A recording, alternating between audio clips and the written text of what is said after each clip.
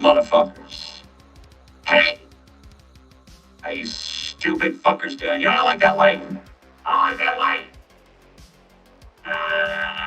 Too fucking bright, bitch.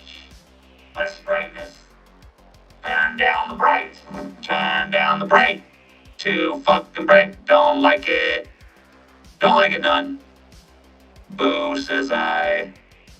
What is this? Might need to fuck with this a little bit. Hold up. Hold up. Hold your fucking stupid horses. Whoa. I don't know. Contrast doesn't seem to be the issue. Brightness. Turn it down a little bit. Yeah, I'm red. That's not good. Too red. Saturation. It could be in black and white. I don't know. Too artsy. Too artsy for you people. You hate art. You're all Philistines. Motherfuckers. Bitch. You're scaring me good. Use that fear. I would send a tip, but I'm still broke as fuck. That's alright, Kid Wizard. You know, Kid Wizard, friend of mine, has a YouTube channel. He quit his job to do YouTube full time, and then YouTube did what YouTube does and fucked him out of monetization. So now it's just like, oh, okay. Thanks, YouTube. Fortune favors the bold, they say. But oftentimes, no, not really. Stolen Valor rapper J.R. Majewski lost. I have no idea who the fuck that is. But I don't know. Yeah, good for him. I'm glad he lost. He sounds rude. I don't like rude people. Boo, says I to the rude folk. Do I have a funny voice on? Okay, oops. There you go. There we go. Now we're not in funny dystopian robot voice anymore. This is why I should wear these headphones so I can actually monitor myself, but they hurt my ears, damn it. I feel like my brain is being squeezed. Whatever. I guess I have to suffer for my art. Suffer for you. Suffer for the people. Suffer for the humanoids. Suffer for the people, baby. You were a big influence on a younger Loki. What do you fucking talk about? Oh, you're Loki. Fine. Fine. So do you not like yourself? Bitch. Fucking love me.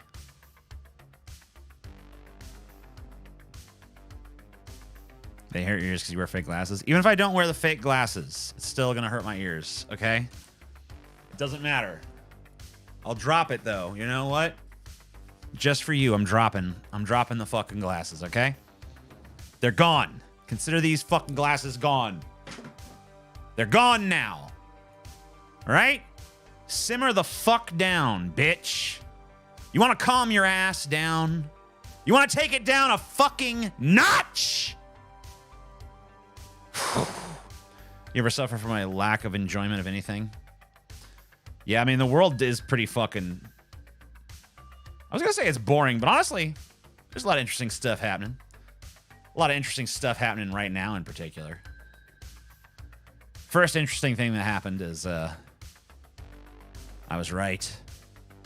I was fucking right, god damn it. Did you see me be right? Did you guys see me be right? It's pretty fucking wild. I'm going to turn this music down just a sliver more. Whoa, that's too much. Yeah, I just want it very faintly back there. Super faint music. To where people like listen on mobile probably don't even hear it at all. That's what I like. Anyway. Guess what? Guess what? Guess what? Guess what? Hey, TJ. You were right, buddy. You're fucking right, buddy. I'll put myself over here. Actually, I'll just put myself above me. Boop. I like it. Let's line it up. This would be a cool show. Me and me doing commentary together. What do you think, TJ, from a few days ago? What's going on? Here, you know, there's a lot of evidence to suggest that there is going to be a red wave. Yeah, interesting. What is the evidence against it?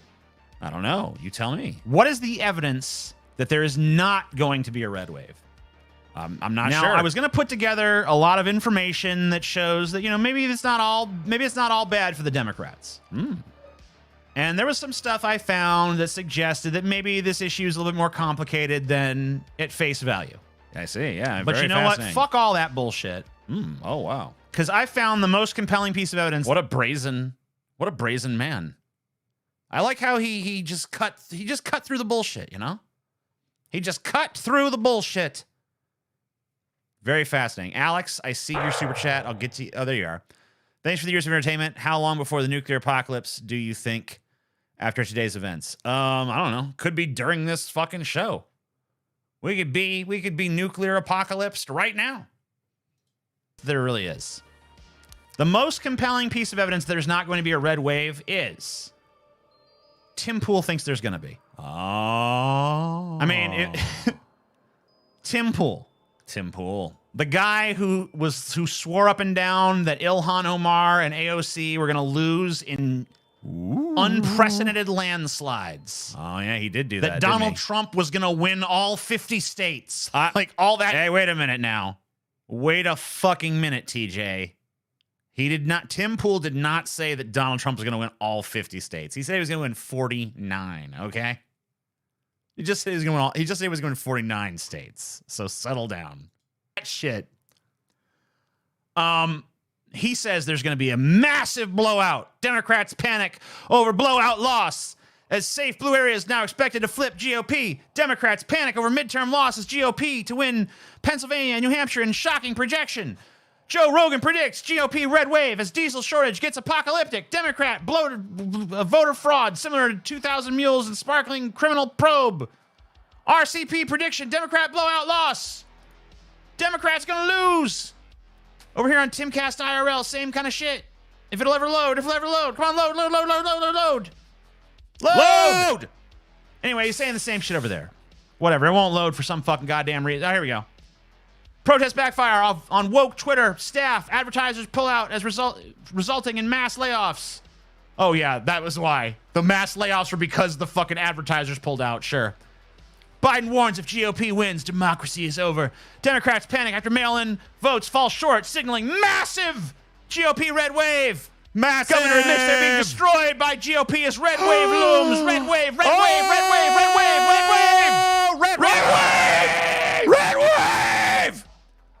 So as far as I'm concerned, the fact that Tim Pool is screaming about a red wave at the top of his lungs is probably the best evidence that there isn't going to be a red wave, because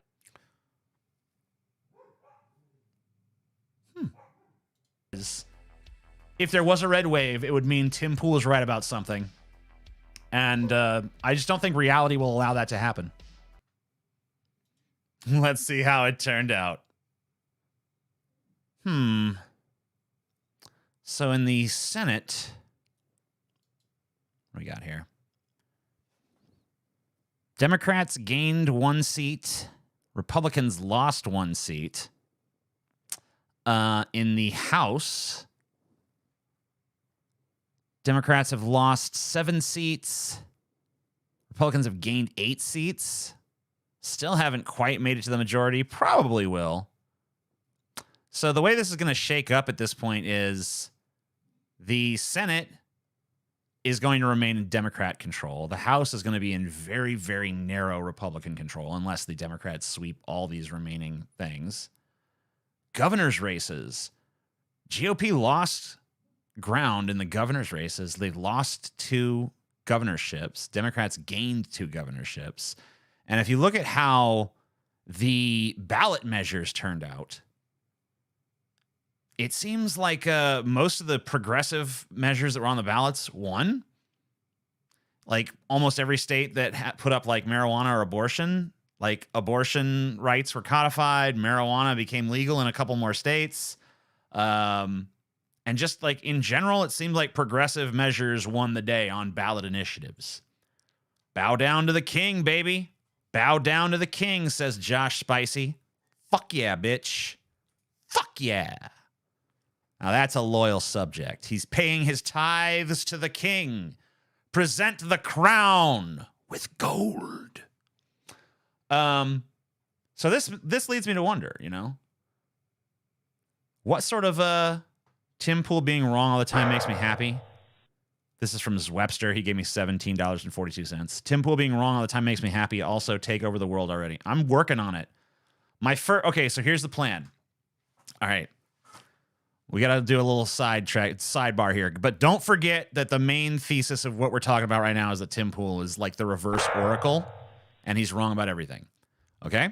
Tim Pool, reverse oracle, wrong about everything, because we're still on that. But this guy wants to know about when I'm going to take over the world. So first things first, get this YouTube channel big again, which means you guys need to go out and spread it around. I know what happens, okay? You get a big YouTube channel, then a bunch of people talk their shit, and they're like, oh, you fucking little cow piece of shit, bitch, blah, blah, blah, blah, blah. And they talk so much shit that you don't even want to fucking tell people that you're a fan of that shit. Because you don't want to fucking deal with the fucking static coming your way. Well, too fucking bad. It's time to fucking defend your goddamn king. It's time to get out there and proselytize. It's time to get out there and say, hey, have you seen what fucking the amazing atheist TJ Kirk is doing lately? And they're like, him, isn't that the guy that shoved a banana? Fuck you. Watch this shit. Look how he was right. Look how he's fucking so goddamn high fucking energy. Look at him. He's bouncing around. He's screaming. He's yelling. Oh my God, yes, hallelujah, blah, blah, blah, blah, blah, blah. But it's more than that. Also insightful, incisive, brilliant. His brain is so fucking big. Get out there. Preach the fucking word. Anyway, that's the first step. Gotta get this channel big again. We need to get, not huge, doesn't need to be fucking, it doesn't need to be like 50 million people watching, but it needs to be big enough. I'll let you know when it's big enough. You just get it big. I'll do my part. You do fucking yours. Anyway, what's Tim Pool saying now? Because, like, obviously, we got a reverse oracle on our hands, folks. Tim Pool is the reverse oracle. We cannot let that go to waste. We need to know what this man doesn't know. So look at this. We already have another example of Tim Pool's reverse oracle powers. Kari Lake favored to win Arizona governor despite insanely slow vote count. Bitch already lost. Bitch already lost. So, the reverse oracle strikes again. Unfortunate, we got bad news here. GOP rep Boebert is in danger after losing after Dem votes to be fixed. So, unfortunately, it looks like Boebert's going to win, you guys. Because Tim Pool is fucking wringing his hands like, maybe Boebert will lose. So, obviously, she is going to win. I'm so happy that Demon Carrie didn't win. She really was a new kind of evil. Oh, we got a big old section on her, my friend. Don't you fucking fret and don't you frown, because Santa Claus is coming to fucking town on that one. What else is going on? What about his other channel? MAGA country somehow flips Democrat, blah, blah, blah. New polls show DeSantis crushing Trump in 2024 election, so apparently. But he also says Dave Chappelle gives amazing reason to vote for Trump. So he's split on this. He's split on the Trump-DeSantis thing, so we can't really glean any good information from that yet. We have to see. We got to wait a little longer to see what the reverse oracle thinks about that so that we can go the opposite way. Should I be naked for this? You should be naked for everything. You should be naked for everything you do. Everything. Oh, yes. Oh, yes. TJ is Santa Claus. Shut up. Shut up or I'll hit you.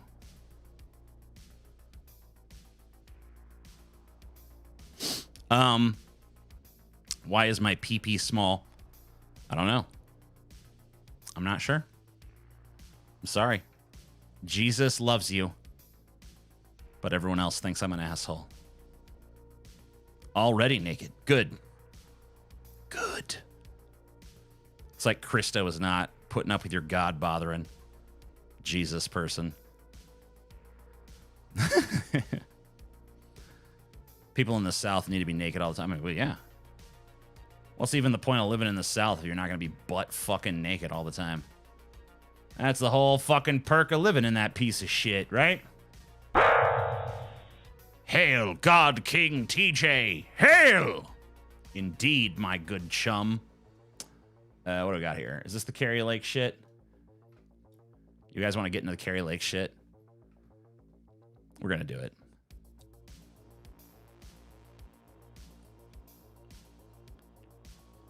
Let's fucking do it. Let's fucking do it.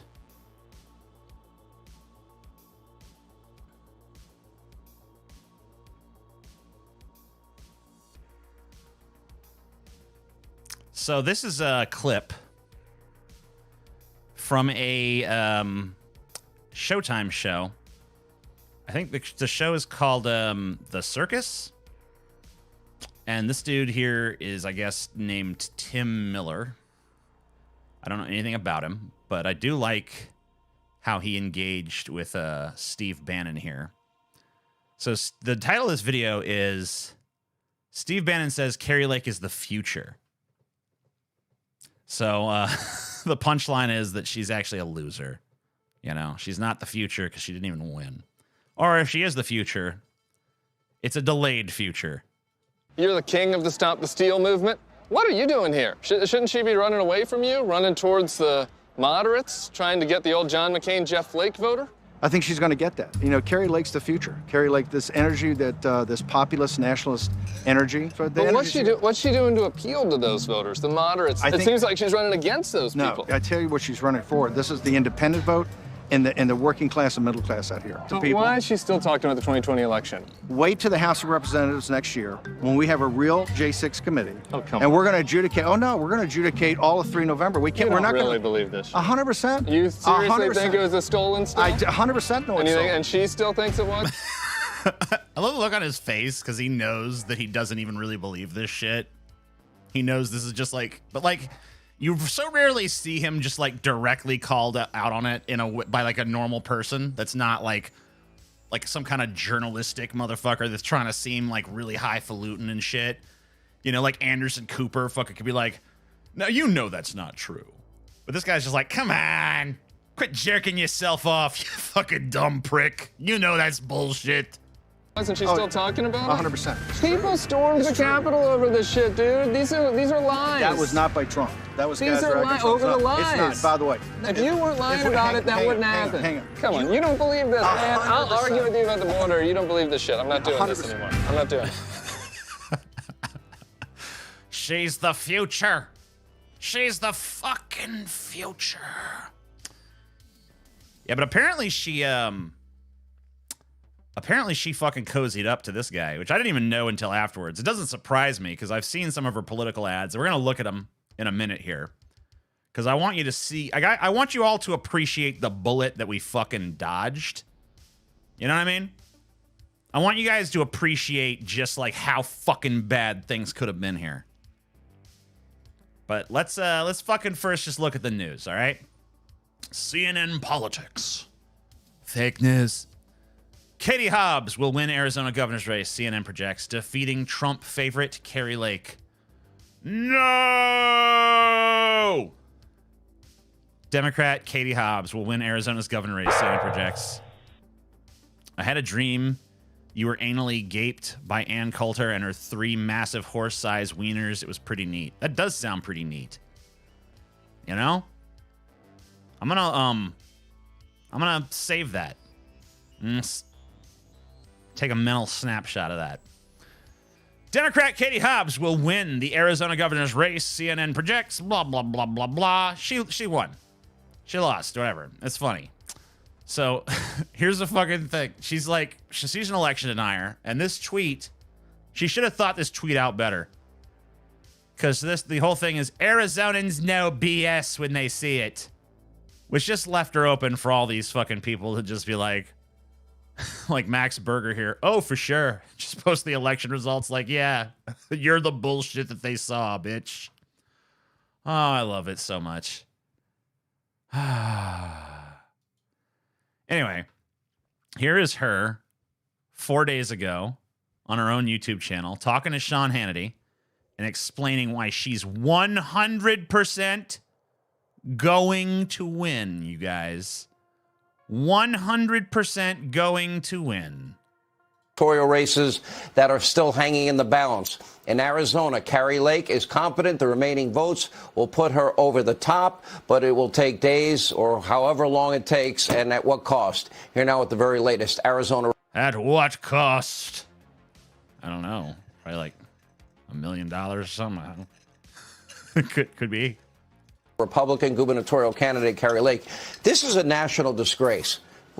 Senator Rubio's right. They counted 7.5 million votes in less than 5 hours, and you counted 62,000 in the last 24 hours?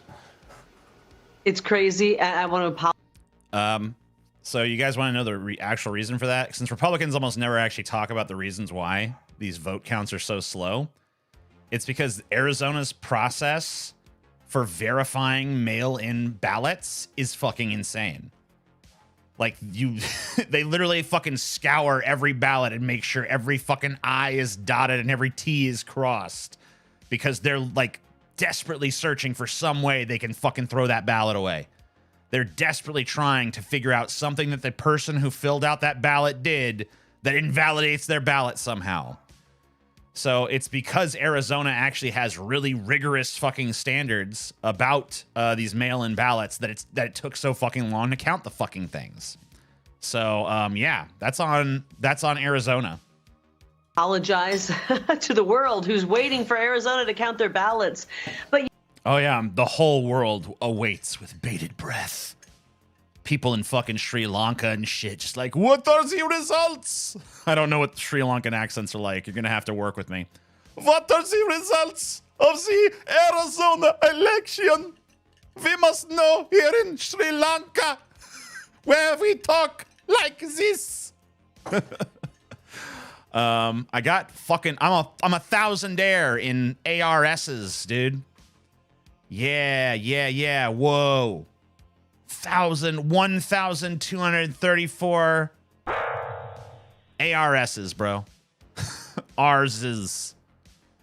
If I had a fraction of a cent for every hour of entertainment you provide over the years, my wealth would exceed the entire world's GDP by 10 orders of magnitude. Unfortunately, I only have pesos. Well, thank you for the pesos. I'm pesos rich. I'm gonna go to fucking Mexico. Fucking get drunk on tequila. Or whatever. Did Germany invade Sri Lanka? Shut up. I told you I don't know the accent, all right? I just did a foreign voice, okay? I don't know how fucking Sri Lanka people talk. It was the first country that popped in my damn brain. And I'm like, I want to do a Sri Lanka accent, but I don't know what, so I just fucking foreign voice. I am from Sri Lanka. You know, that's how it works, bitch. I don't know what to fucking tell you. Argentine pesos? Okay, fine.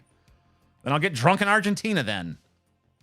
It's fine. We can get drunk anywhere in Mexico or South America, whatever. It's all like, okay, so let me explain American geography to you, okay? Let me just explain how fucking shit works when you're an American. I know we're doing a Kari Lake segment right now, and I shouldn't divert from it or whatever, but I'm going to anyway because I'm stupid. So check this out. Let's just fucking clear some things up here, okay? I'm bringing up the old Photoshop here. We're gonna do this. We're gonna do We're gonna fucking show you how Americans view the world, okay? Okay. So, here's how it's gonna go. All right. Let's start by doing the oceans and stuff. Hold on, I'm gonna show you guys the shit. Okay, here we go. So first, we're just gonna do the ocean. Ocean, please. Thank you. All right, this blue is water. All right. Actually, you know, because our oceans are so polluted now, I'm gonna make them kind of like gray and stuff. I would make them green, but then I'd be confused with the land masses. So there, this is water. This is the water as it stands in you know, the oceans right now. Okay, so Let's get some green to symbolize land masses. Okay. We're going to do this shit. Boom. Okay. So, here we go. This is fucking America or whatever. Boom. That's America. Got it? Okay? America. We're going to just do that. Okay? That's America. That's Merker. Okay? Then, there's like this fucking Dweedledee bop over here. I guess it keeps going. I don't know. We could like pick a slightly different green color so you could know. All right. So like it's connected and shit. Blah, blah, blah. And it does some stuff. Bloop, bloop, bloop, bloop, bloop. That's totally the wrong shape, but I kind of ran out of space. So hold on. We're going to try again on that. Because it's not quite that bad. Let's just extend this out a little bit. Boop. But America still has to kind of be in the center. We got to keep America in the center of shit. All right? So there you go. So under America. Shut up. Under America is like this other thing. It's all like bleep, bleep, bleep, bleep, bleep, bleep, bleep, bleep, bleep, bleep, bleep, bleep. And that's all Mexico. And Mexico has some other countries in it. But it's all Mexico, okay? It's all Mexico. And then over here in like this general region is like some kind of blob of like Europe. Okay? That's okay, whatever. That's not right. Boop. Let's get this bigger. Blah blah blah blah. There's Europe over there, and then we'll just like say the globe starts over again over here.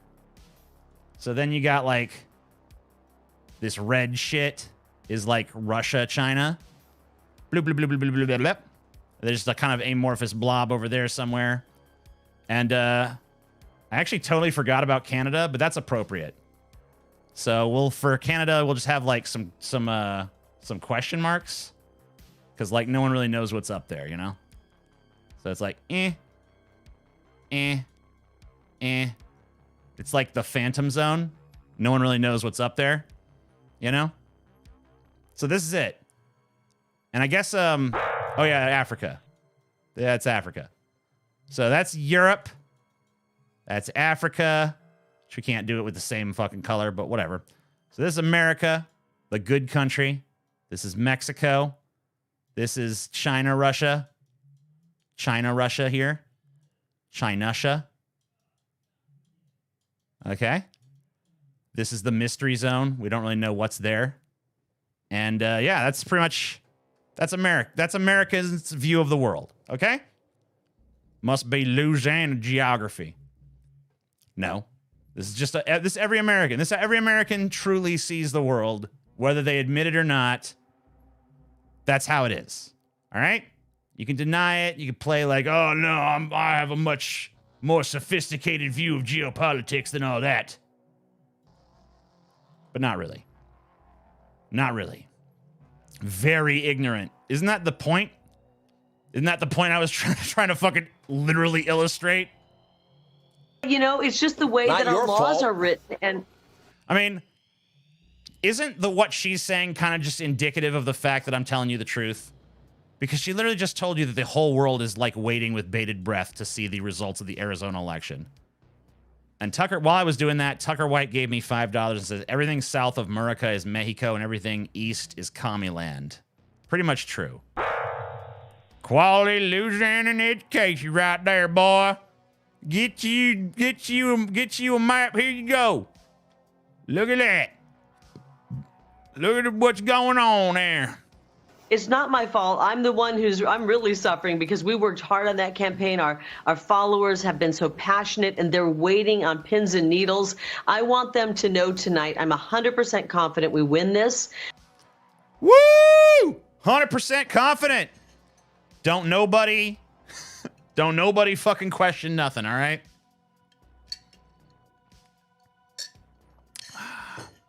The rest of the world ridicules America no matter who is winning any elections here. You know what? The rest of the world does not have its shit together to the degree where it can really fucking sit around mocking us, okay? Like, I don't know, maybe like a country or two can be like, fucking America, but like most of you motherfuckers got no right to talk shit. Like, even like American stupidity, which I just demonstrated. Americans don't know fucking shit. We're pretty much fucking blithe, egocentric morons that just think America is the center of the universe. At least the center of the fucking world. But I was watching Who Wants to Be a Millionaire? Like remember, you ever see that fucking clip of like French Who Wants to Be a Millionaire? Where they like asked what's like bigger between like the moon and a soccer ball or some shit. And the fucking French eyes like, oh yes, the soccer ball. The moon is this big. Look at it. Oh, you know, and I don't know. That wasn't exactly it, but it was something like very fucking close to that. Here we are with that damn lighting. What the fuck? Oh yeah, her lighting is weird. They rub Vaseline on the lens. I think it's to hide some sort of horrible defect. Maybe like if you actually like saw her skin, it would look like hideous or something. So she has to, you know, rub a bunch of fucking Vaseline on the lens and light herself with like very soft lights, you know. When they start counting the 401,000 ballots that we broke all records in Arizona because people showed up in droves to hand in person their mail-in ballots. We broke all records. We even beat the 2020 Trump election record. Yeah. Republicans? I saw Jack Posobiec doing this shit on election night as well, being like, bragging about like, oh my God, you guys, the voter turnout is so high. Hey, if you're a Republican, the voter turnout being high is not a good sign. There's a reason why your party is perpetually trying to suppress the vote. You guys are not supposed to like high voter turnout. It doesn't ever work out for you. High voter turnout usually means that a bunch of people like took a look at you and was like, oh fuck, I guess I better vote this time. She sounds like a female Trump. Well, she's like a chip off the old block. She's a chip off the old Trump block. She loves Trump. Trump loves her.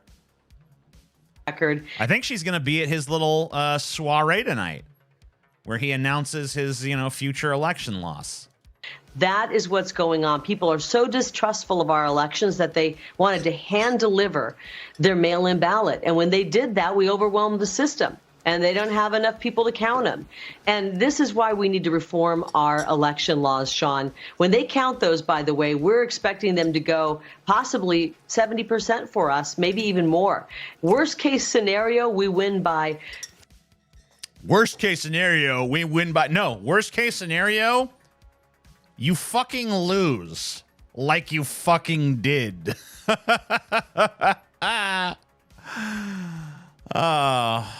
Dumb bitch. She should change her name to Kari Dumb Bitch. That's a terrible joke, but I love it. But you know what, you guys? You know what? We need to learn the Kari Lake story. We need to know what's really going on with Kari Lake. By the way, is Kari Lake related to Ricky Lake? You guys remember Ricky Lake from back in the day? Anyone old enough to remember Ricky Lake? Anyone else 37? You know? Ricky Lake, she was like not as classy as I don't know, who's like a classy-ish talk show. I don't know, like Donahue or something. And but she was like not as raunchy as Jerry Springer. She was kind of like the middle of the pack, you know? And I remember the only thing I remember about it is Ricky Lake fucking, you know, interviewing whoever the fuck and watching this like degeneracy unfold before her. And then the audience would be like, go Ricky, go Ricky, go Ricky. And I was just like, this is the cringiest shit I've ever seen. Too bad she can't do a little lighting with gasoline. Oh man. Well, you said it, not me. That's my chat's fault. The chat said that. That's not me saying that. That's the chat. I think there's all. No, they're not related. I didn't think they genuinely were. So I don't know if I need to explain. Maybe I should like explain this. Now, unless they were actually, Ricky Lake was not that fat. Ricky Lake was what you would call thick by today's standards. Now, maybe back then she was fat, but today she thick. I should explain something to you though. Like sometimes I say things that are meant to like elicit the response of like laughter, you know? I think that they're they used to be called jokes. So like when I say like is Kari Lake related to Ricky Lake and then start singing the go go go Ricky, that's meant to be a humorous aside to maybe like pull some levity into this situation, because what we're actually talking about is like a crazy Nazi bitch coming this close to fucking power and having it snatched away from her, which is funny, but also kind of scary that she was even able to get as far as she was. Anyway, here's her fucking life story according to her campaign. So probably total propaganda. And I don't know if we'll watch the whole thing. Probably not. But let's take a look. Always that Midwestern work ethic that you've heard about. Because I grew up in a family of... Someone named The Killing Joke told me my joke died. Jokes always die when they come crashing into the wall of autism that is my chat. No, they're actually not related. I'm aware.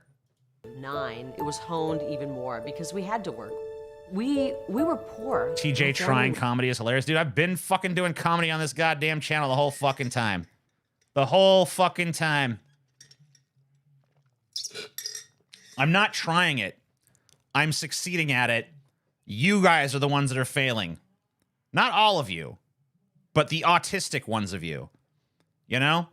I still maintain that, you know, like autistic people should not be allowed to fucking frequent internet chats. I'm sorry if that comes across as like slightly ableist. You know, maybe it's like a modicum of like ableism going on there. But I just feel that autistic people ruin a fucking internet chat. You know, I'm sorry. I'm sorry, guys. You guys have your fucking areas where you're good. You know, I love when you guys weaponize your autism and like destroy some fucking horrible, you know, cretinous politician or fucking smug celebrity or something. But, you know, you being in the chat room trying to understand humor and stuff, it just doesn't work out. This, by the way, I know you need this explained, is another joke. I don't actually think that. I'm okay with autistic people participating in the chat. Just want to make that clear.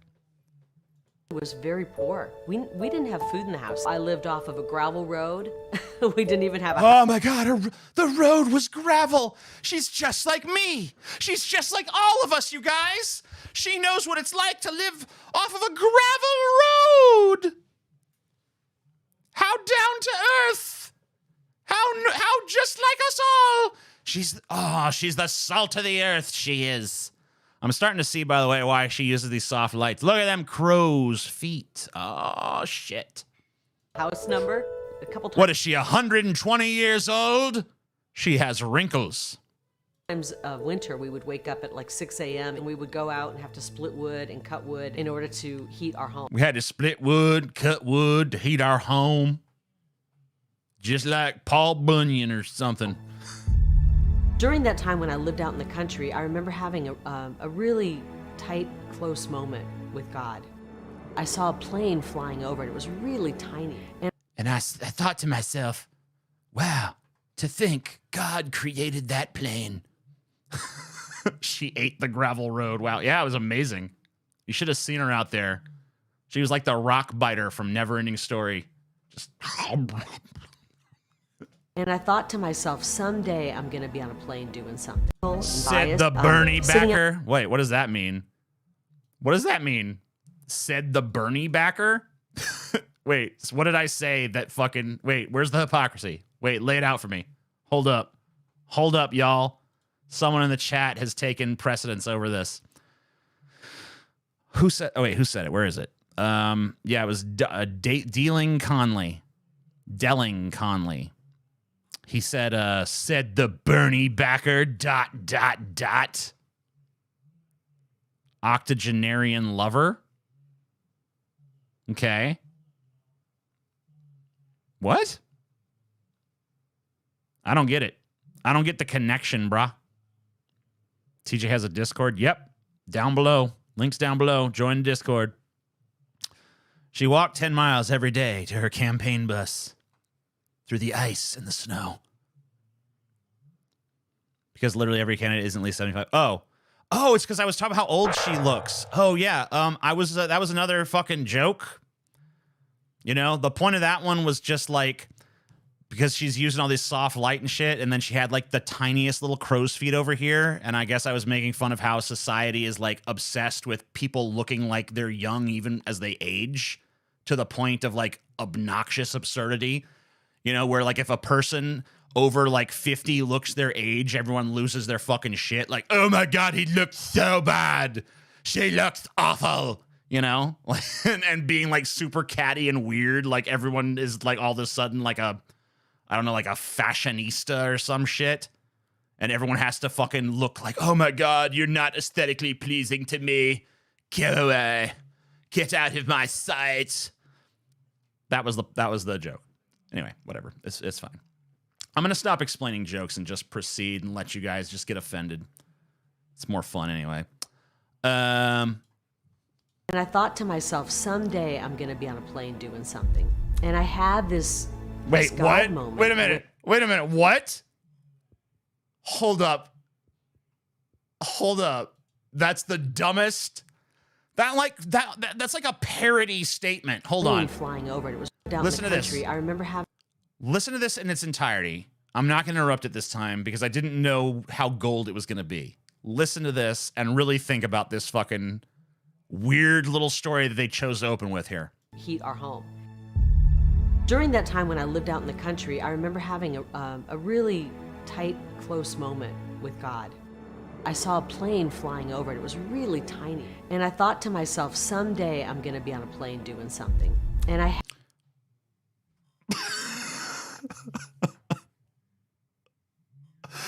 I thought to myself, someday I'm going to be on a plane doing something. Like, what? Huh? That's your fucking great inspirational moment? I was a little girl living off a gravel road eating wood chips. And one day I seen my very first aeroplane. And I thought to myself, one day I'm going to be on an aeroplane doing big old thingamajiggies. Like, what?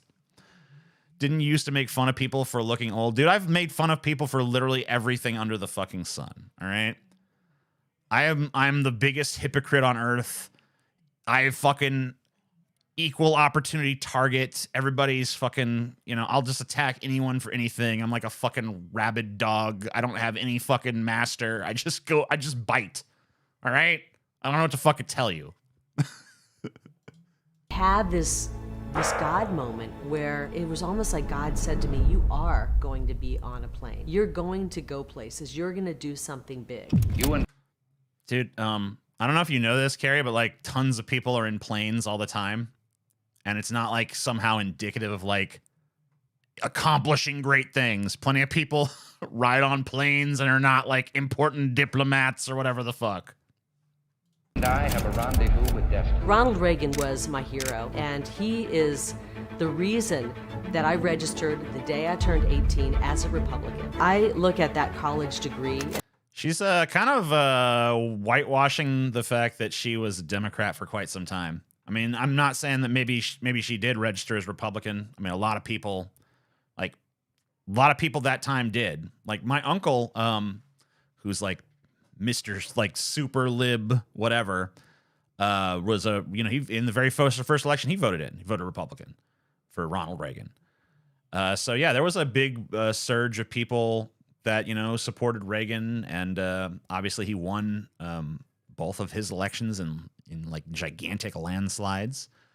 But then a lot of people went on to not support the Republican Party for quite some time after that. And I'm pretty sure she was one of those. Like, she was a journalist for a while, and now she hates journalists. She was an Obama supporter at one point, not even that long ago. And, now she's like this super radical right-winger. So it's like, is it all just a complete act, or did she go nuts? At the University of Iowa. It wasn't an Ivy League school, but I worked hard for every single course I took and worked my way through college. Working as a janitor. It was not an Ivy League school. This is just like, this entire fucking ad is basically just, I'm not an elitist. I'm not an elitist. I'm not an elitist. Which leads me to believe that she's an elitist. Because she's like very fucking intensely trying to craft the narrative of not being an elitist. But there's pictures of her standing like shoulder to shoulder with Barack Obama, and she just ran for governor. So like, even if you didn't start off as an elitist, you are one now. Sorry to tell you. In a drug treatment center where people are coming straight from prison to go through drug treatment. I learned how to use the big floor waxer. I mean, I can run a janitorial crew very well. I started my career. Well, maybe you should do that. Maybe you missed your calling. Maybe you need to be head custodian at the fucking, I don't know, meth recovery center or whatever the fuck. At the same station that Ronald Reagan was at. I got my first on-air job, and I was there for about a year and a half, and I got a call from Phoenix. And let's go to Kari Lake. I am taking you along here in Arizona, and I just fell in love with Arizona. And the people... I just fell in love with Arizona. Arizona is the greatest place ever. I'm not an elitist. I just cut their taxes. Yeah, you know how it is. I wonder if she's even going to address the, like, Obama years and stuff. I don't think she is. That seems to be oh, wait. The plane thing comes back. Hold on. Maybe God is tapping me on the shoulder, saying, this is what I freed you up for. Yeah, or maybe that's just your ego talking. Maybe God did not want this for you. I think that's maybe is evidenced by the fact that he didn't hand you the victory. Or either that or God's just fucking with you, God's like, Kari, you will be governor. And she's like, wow, God has a plan for me. And then she runs, and she's like, what happened, God? And he's just like, I was just fucking with you. I'm so fucking funny. Let's watch some Kari Lake ads. I lost my son, Jacob Rodriguez, to an accidental fentanyl overdose. We lost our son, Tyler. It's a weapon of mass destruction. They did trace it back to Mexico. It came from over the border. I don't think... Yeah. Let's blame it all on Mexico. Yeah, it was Mexico that got America addicted to opiates, right? That was all Mexico. Remember how Mexico, bought all of those American drug companies and lobbied Congress and told them that opiates are not addictive, and then a bunch of people got prescribed opiates for shady reasons, and things got a bit dicey there, and now people are fucking injecting fentanyl and dying and shit. Remember that? But I guess all Mexico, right? Capitalism and corporate America and the drug companies, it's not their fucking fault. It's Mexico. Any Republican, Independent, or Democrat wants to see fentanyl getting into the hands of their children. I'm scared for all of the children that are disappearing. Gotta vote for Kari Lake. We're gonna start securing the border and stop the fentanyl from pouring across. Kari Lake will... No dude, literally, countries where they will literally sentence you to death. Listen to this. Listen to me very fucking carefully. I know I've been kind of jokey and shit, but this is something I want you to actually take seriously. Countries that will literally sentence you to death for doing drugs, not even for smuggling them or for selling them, but just for doing them. Even in those countries where you can literally be like, I am smoking this joint, and then they're like, you are now sentenced to death. Or countries that have insanely punitive measures toward drugs, way worse than even the United States of America. those countries still have drug problems. So there is no amount of draconian, we're going to secure the fucking border. There's no amount of that solves this. Because if people want fentanyl, they are going to fucking get it. So ask yourself the question, why do they want it? And I think that that's a fucking that's a question whose answers are so multifaceted. We really don't have time to get into it right now. But I would the two things I would cite very quickly is the drug companies foisting opiates on people throughout the fucking 90s and 2000s, and you know, falsifying data and making it seem as though they're not addictive. And the second thing is that people live such bleak, depressing, horrible, miserable, futureless lives in this nightmarish world we find ourselves in that, yeah, they want the escape that fentanyl can fucking provide. So maybe instead of securing the fucking borders, you should secure people decent lives where they don't feel like they need to turn to fentanyl to solve their fucking problems. You stupid fucking psychotic cunt. All right. She's going to take a sledgehammer to these media lies. Even though she's literally a journalist, that's literally how she got famous. She was a fucking media figure. She was a pundit. She was a TV news anchor.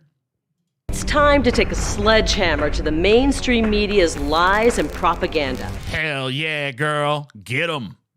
Get them. Get that media. Take them out. Take them out. So we literally did nothing for prohibition. That's right. We learned less than nothing.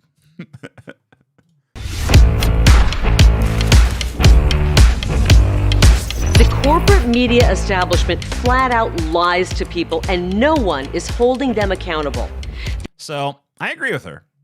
The media does lie to people. It's not, you know, the media is not 100% trustworthy. No institution is 100% trustworthy. However, there's a lot more checks and balances within the media than there is like social media or alternative media. You know, so like people act like, oh, the media is lying to me, but I can trust Tim Pool or something, you know, and you can't. The idea that you could trust Tim Pool or, you know, Walsh or me or any of these fucking figures like more than you can trust the mainstream media, kind of stupid, because everyone's got a fucking agenda, and everyone, even if they're not coming out to lie to you, everyone is going to present the facts in a way that is like conducive to how they want you to view the world, right? And there's nothing really all that wrong with that if we get right down to it. Even when you're telling your friends a story, like, have you ever told your friend a story and you want them to be on your side? You're not necessarily going to leave stuff out, but you're going to present the narrative in a way that's more favorable to you. And like everybody does this. That's why we want to hear both sides of any fucking story, because we know that you can't just take one side at their fucking word, because the other side is going to see things in a different way. And you're going to have to listen to both sides and decide what you think. And probably you're going to come to a conclusion that's different than what either side is presenting. But, you know, if you're going to tell me, if you're going to fucking be like, the media lies, okay, that's fine. But then tell me specifically, here is a lie the media told. Here is the evidence that it is a lie. Here is the evidence that they knew it was a lie when they said it. You know, you have to come with that kind of fucking stuff. Because just saying the media lie, of course they do. Everybody fucking lies. Who fucking gives a shit? That's nothing. It's a nothing statement. It's like, oh yeah, you know, you fucking seen Brian Stelter there? Brian Stelter jerks off. He probably does. You know, like, who gives a shit? It doesn't mean anything. What's he jerking off to? You know? Because like 99% of the shit he could possibly be jerking off to, I don't care. I don't care. There's like a very narrow range of things where it's like, oh, he shouldn't be jerking off to that. You know what I mean? So like the media lies. Okay. What specifically did they lie about? Can you show me the lie? Can you show me that you can prove it's a lie. You can prove they knew it was a lie. You can prove the malicious intent behind them knowing it was a lie and saying it anyway.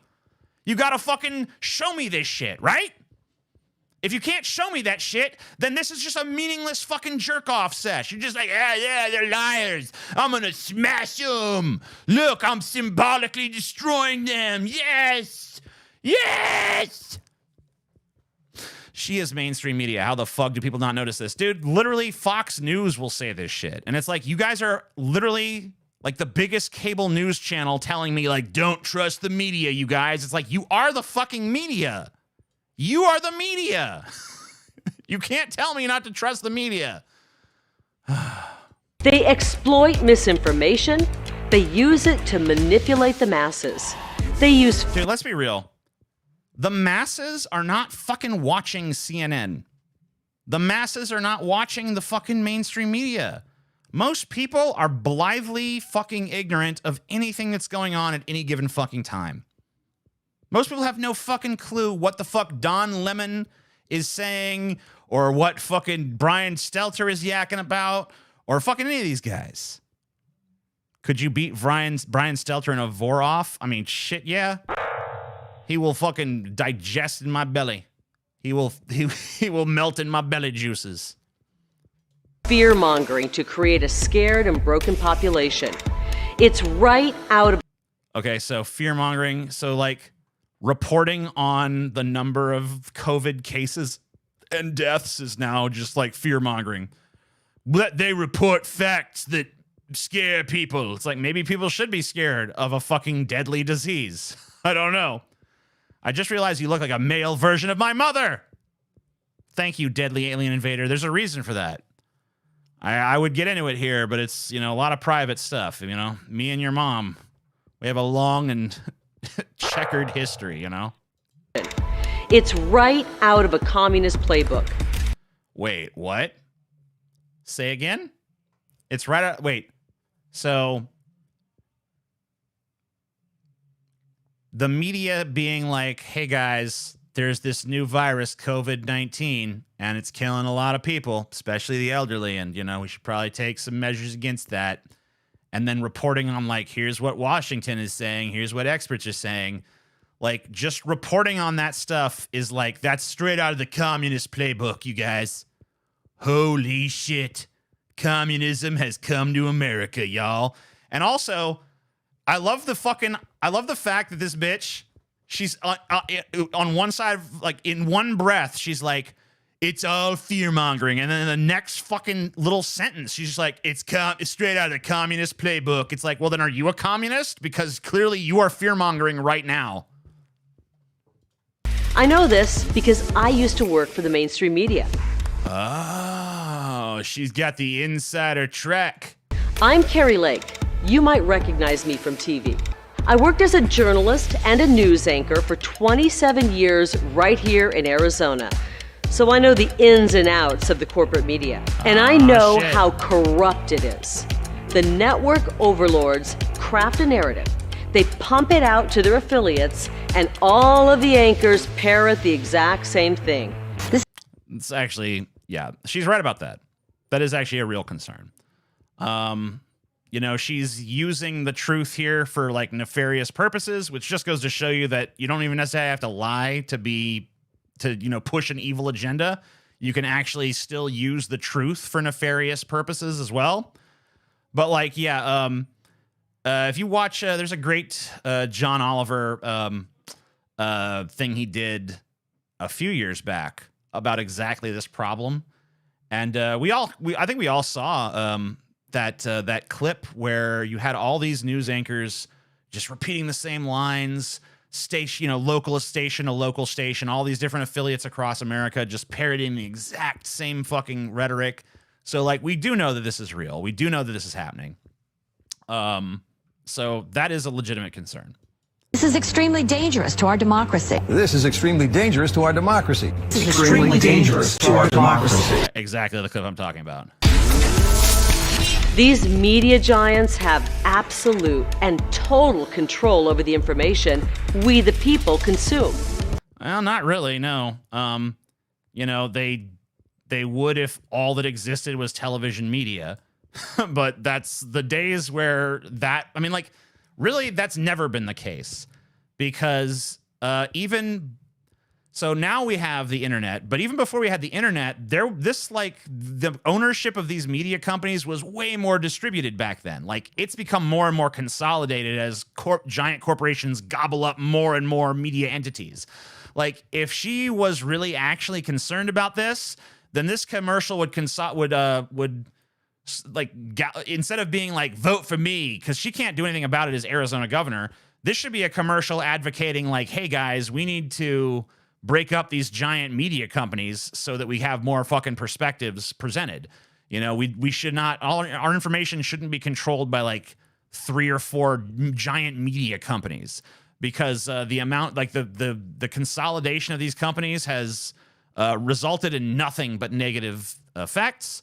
But you know, nowadays, you know, there's a lot more media than just this front. I mean, like, we have you know, tons of these like social media sites. We have a lot of fucking independent creators out there. We have a lot of people like me, or, you know, tons of these other motherfuckers out there. I don't know, me and others, basically, but mostly me out there fucking saying stuff that isn't necessarily pre-approved by ABC, NBC, Disney, Viacom, whatever the fuck. All that shit. They control what we know, and then they tell us how to feel about it. None of this makes sense to me. Shut up. Take this sledgehammer, bitch. Does the sledgehammer make sense, fucker? It's not reporting. It's propaganda, and it's biased. It's unethical. Journalism is dead. I wonder how all of her coworkers at her old news station feel about that. They're probably like, yeah, good luck. You know, Kari, we're all rooting for you here at Channel 6. And then she's like, the entire media establishment is a bunch of corrupt fucking pieces of shit. And they're like, what? That's so mean. So was corporate news not a breaking point for her, considering she did it for 27 years? This is just the only, like, let's be real. The only reason she's has this message right now is because she knows that her being a journalist kind of hurts her. She knows the fact that she did journalism, TV journalism for so long is like a negative thing in the Republican Party. So she's got to do the same thing Trump did. Because remember when Trump was told about, like, you gave all these money to Democrats back in the day. He's like, that's because they know how to play the game. That's because that's how the game is played. I've seen the corrupt system from within. So they try to take this like weakness and turn it into an advantage, basically. And that's the same thing she's doing here. She's trying to take the fact that she was a journalist to be like, I've got the inside track on how journalism today is fucked up, and they control the narrative and they control information. But like, she's really overstating the degree to which the media controls what you see and hear, because I think a lot more people at this point are getting their news from, either alt media or Facebook or Twitter or wherever the fuck they like to fucking mindlessly scroll through. And as soon as I realized it, I got out. I'm not a... Oh, yeah, that's what it was. As soon as... after 27 years spent coming to this epiphany, like, bitch, if it took you 27 years to realize this about the media, then you are dumb as hell and you have no business being governor of anything. All right?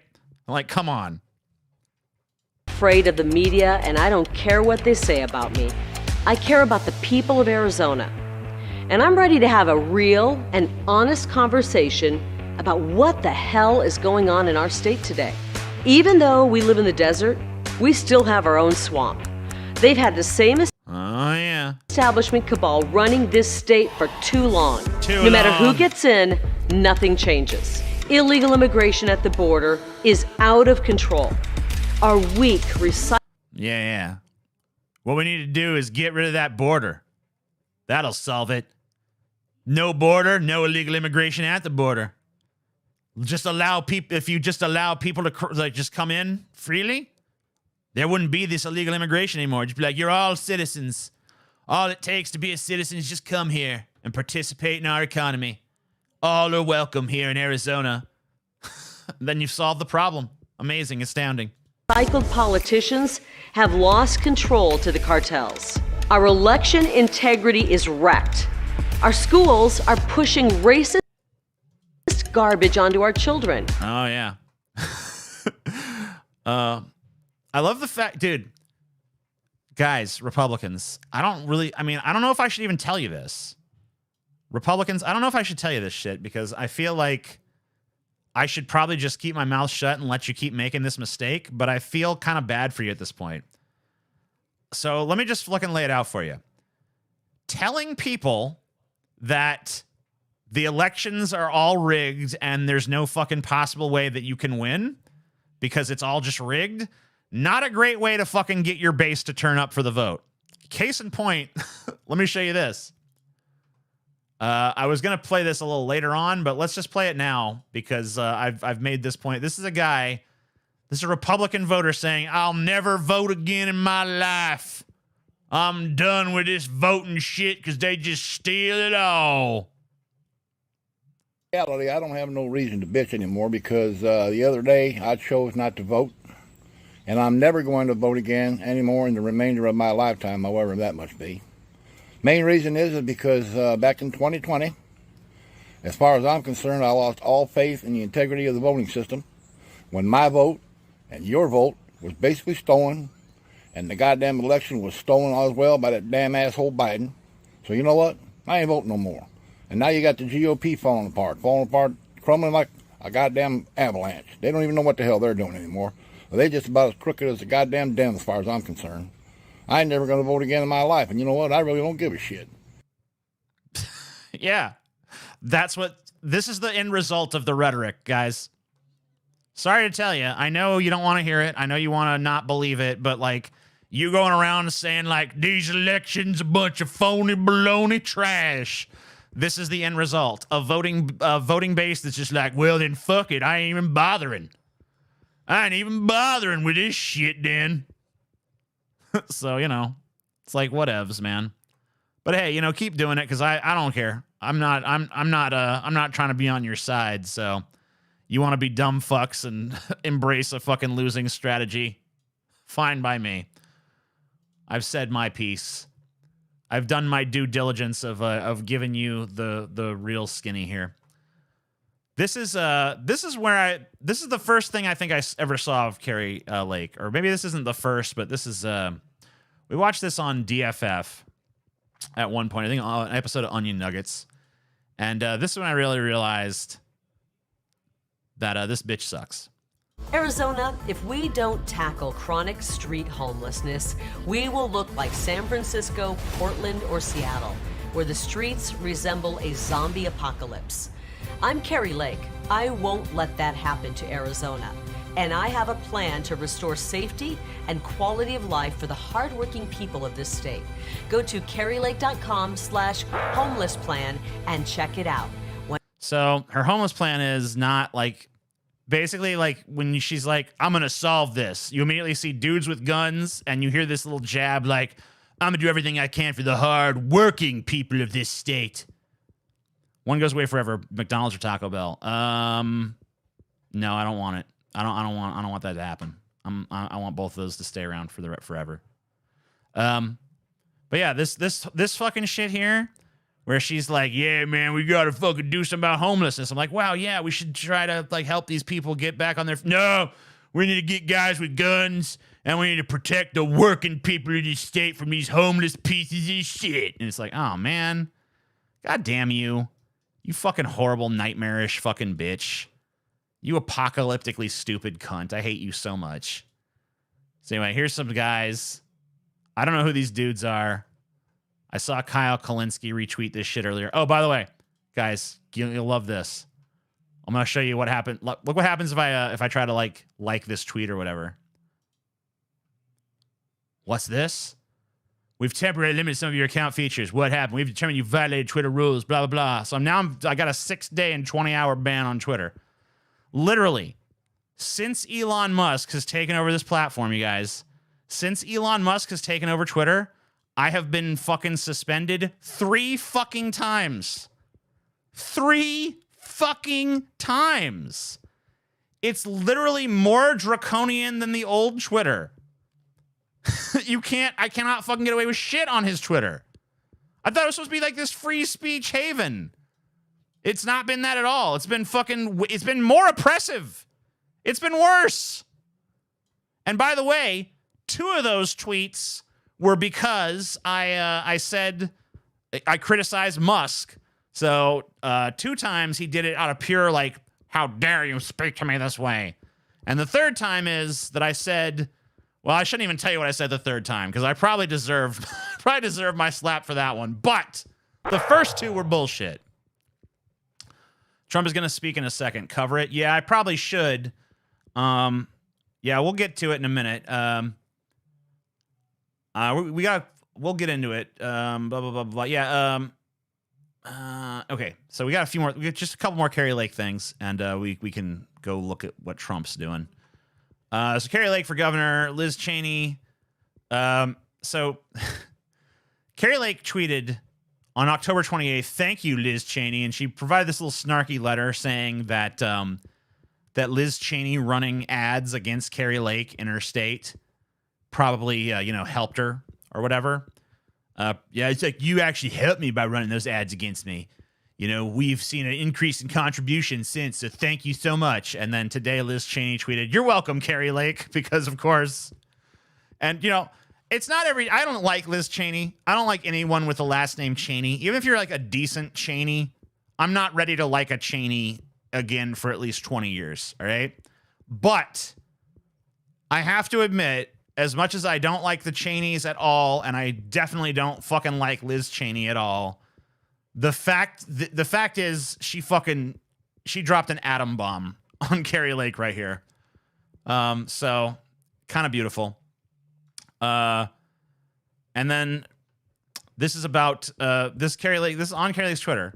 Tonight, President Trump will make a historic announcement at Mar-a-Lago, and Kari Lake and Marjorie Taylor Greene are both going to be there. He's going to speak tonight at Now, basically. And we were going to watch this this Matt Walsh thing to kind of cap it off. It's not actually totally related to the Kari Lake thing, so we can put it somewhere else on the agenda. But he'll be fun. We'll get to him eventually. We'll put him in here. Put him in this mix. But yeah, we're gonna go ahead and find us a nice little stream to watch Trump do his announcement.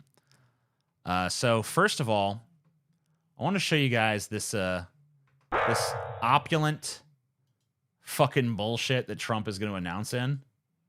Look at this fucking shit. This dude is obsessed with gold. If Elon Musk was a Bond villain, Bond wouldn't need to do anything because he'd constantly self-sabotage. Dude, Elon Musk is hilarious, okay? I don't know what's funnier, Elon Musk and his total ineptitude, or the Elon Musk fanboys that perpetually excuse everything he does. Yeah, this is the fucking ballroom where this is fixing to happen, right? What a symbol of the working class, am I right? This guy, he's not like other politicians. So anyway, I'm going to go find Trump's thing. And, I want to thank everybody who so far has given super chats and Streamlabs. I've tried to read them all. If I've missed any, I apologize very sincerely for that. But thank you guys so much for your contributions to this shit. Love you all. Let's take a look at what Trump is up to here. What's he got going on? Trumpy. Yeah, upcoming. Trump set to announce 2024 presidency. Stephen Miller, who was quite... Yeah, we got this going here. I got my eye on this, you guys. So as soon as I see Trump come out, I will, whatever. I'll fucking cover it. Am I going to talk about World War III? Can you read the title of the fucking video? Yes, I am going to talk about World War III. Although, I should warn you, foreign policy, not my strongest suit. And I think you guys should know that after I showed you that map, me drawing that map, Okay, Trump's coming out. He's coming. We're going to see what happens here. Let's take a look at this very, very genius man. The viewers, listen in.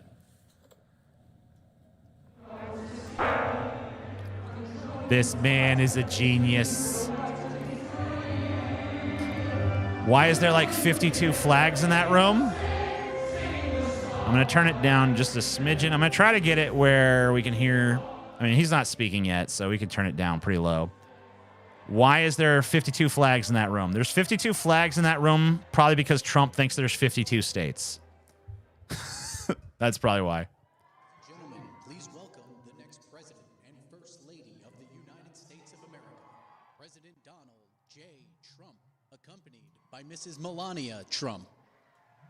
Dude. Ugh. You couldn't find a fucking better announcer? Dude, did you hear that? Did you guys hear that announcer they just had? He was like, ladies and gentlemen, please welcome future President Donald Trump and future First Lady Melania Trump. Couldn't you have found like an announcer with some gravitas? HK says, he has risen. I could probably put you guys on this screen if you want.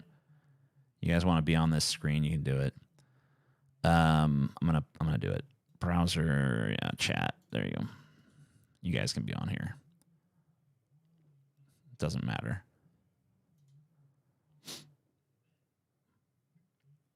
And I'm proud to be. I'm just making sure. I'm just waiting until they stop playing this fucking God-bothery fucking pro-America shit.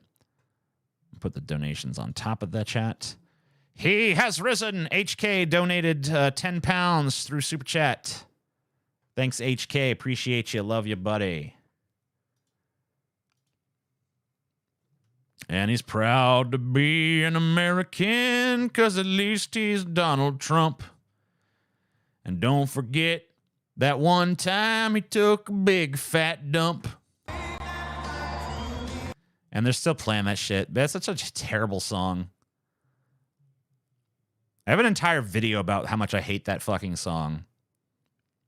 I think it's one of my lesbian TJ videos, but whatever. How do I rate Melania in terms of physical attractiveness? I don't know. She's pretty enough, I guess. I like the fact that she hates Donald Trump probably more than even I do. That's kind of nice. So we have something in common. All right. All right. Still just playing the music. And I proudly stand up next to you and defend her still today. 'Cause there ain't no doubt I love this land. Bless the USA.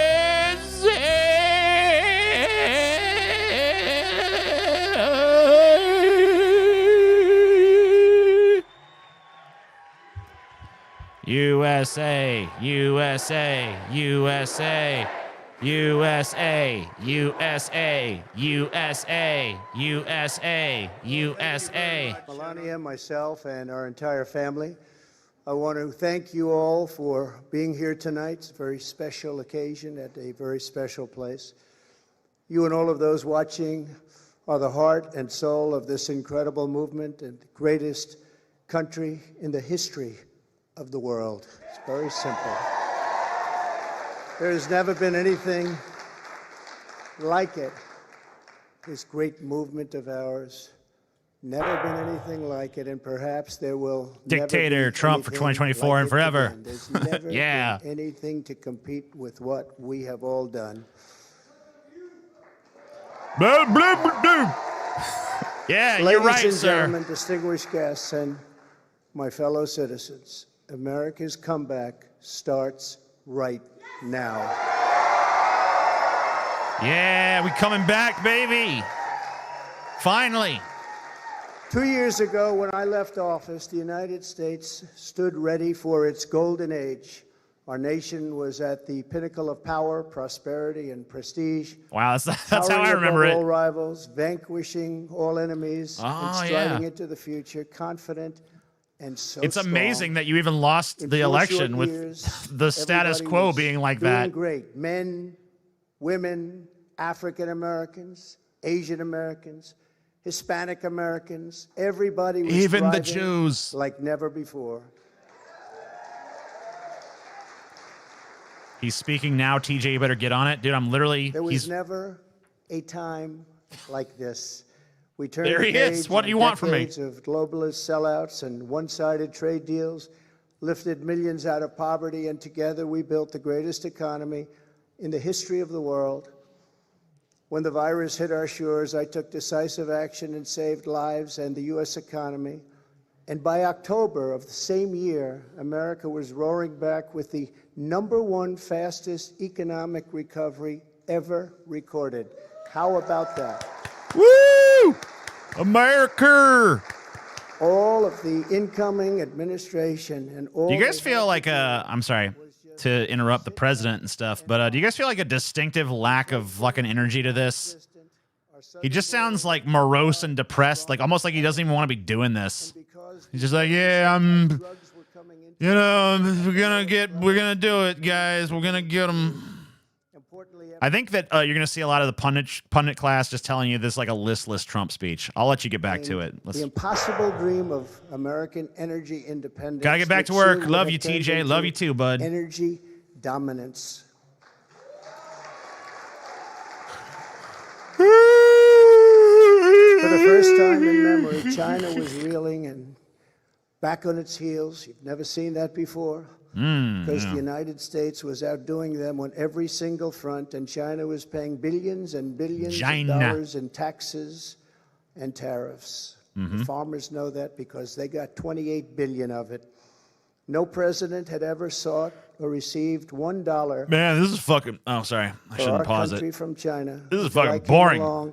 And we were getting hundreds of billions of dollars.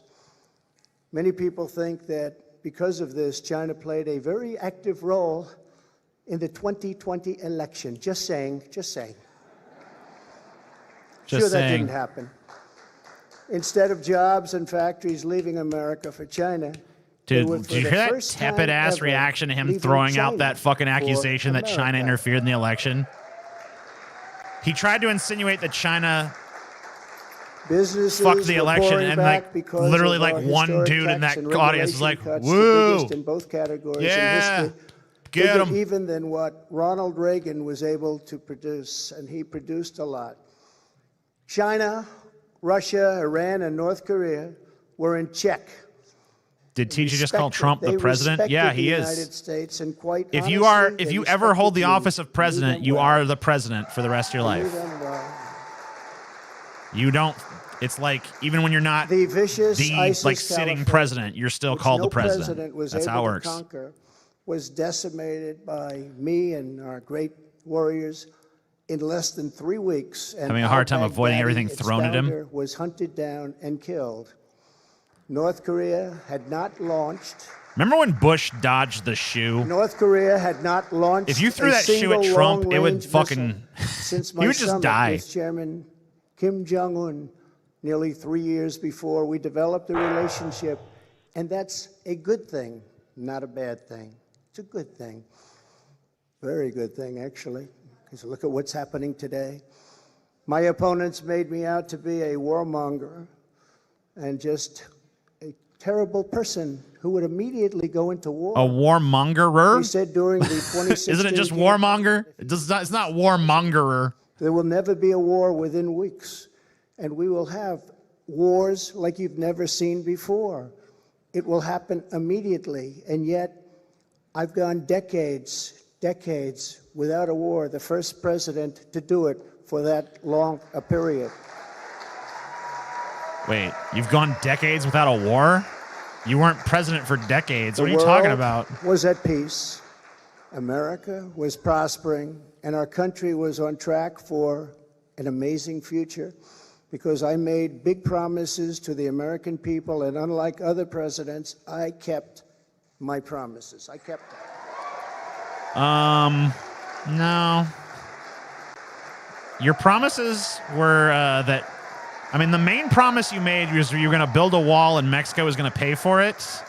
And you built some of a wall, and Mexico certainly didn't pay for it. Trump.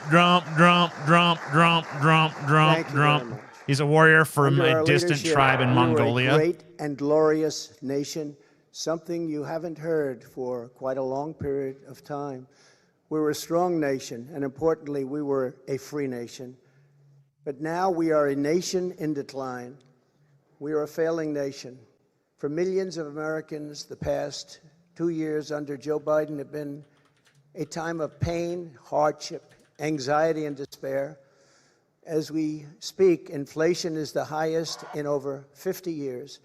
Gas prices have reached the highest levels in history and expect them to go much higher now that the strategic national reserves, which I filled up, have been virtually drained in order to keep gasoline prices Is this a lower kayfabe? just prior to I wish. election. Joe Biden has intentionally Thanks, Black surrendered Hawk our 13 energy independence. for the There is no longer $5, even a and thought the of biologist. dominance, and we are now Let's shut up, Trump. The biologist bum. I'm still not convinced he is human. We're like a burlap sack full of oogie boogie. Dude, just look at the energy of this speech here that DeSantis is giving. Thank you to Palm Beach County.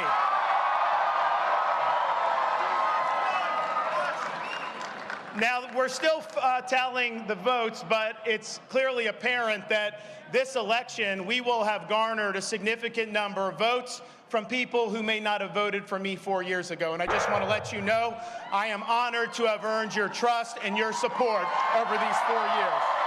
Authoritarianism imposed, and they've seen American principles discarded. The woke agenda has caused millions of Americans to leave these jurisdictions. I mean, he's still a fucking evil moron. But, like, compare that to this shit. the United States has been embarrassed, humiliated, and weakened for all to see. I mean, if you're a Republican, the disaster, which I'm assuming that there probably is at least some in here, what would you really fucking want leading your party between, like, Florida is where woke agenda goes to die, versus, like, America has suffered tremendously since I was gone, and they thought I would be a warmonger, but actually there was many decades of no war when I was the president. It's like, give me a fucking break, bro. And even the Democrats admit that. That's Even something the I've seen them Democrats admit over and over again. Even the Democrats. But our enemies are Even speaking the of us with Democrats. scorn and laughter and derision because of those two events. Yeah. But there are many more. Real tragedy, Even bro. just today, a missile was sent in probably by Russia. Trump is so Poland, boring right now. I 50 know I'm miles really into struggling. I'm really trying to make People this are fucking going interesting. Absolutely wild and crazy, and they're not happy. They are very, very angry. Now we have a president who falls asleep at global conferences. I'm about to fall asleep at this fucking conference, Was bro. held in contempt by the British Parliament over Afghanistan. You ever know when you Thanks to dude, Trump. Hey, guy. Words Trump. of wisdom. Trump, shut the fuck up for a second, bro. Hey, Politics 101, dumbass. When you make your announcement of you're running for president, it's supposed to be like an upbeat thing.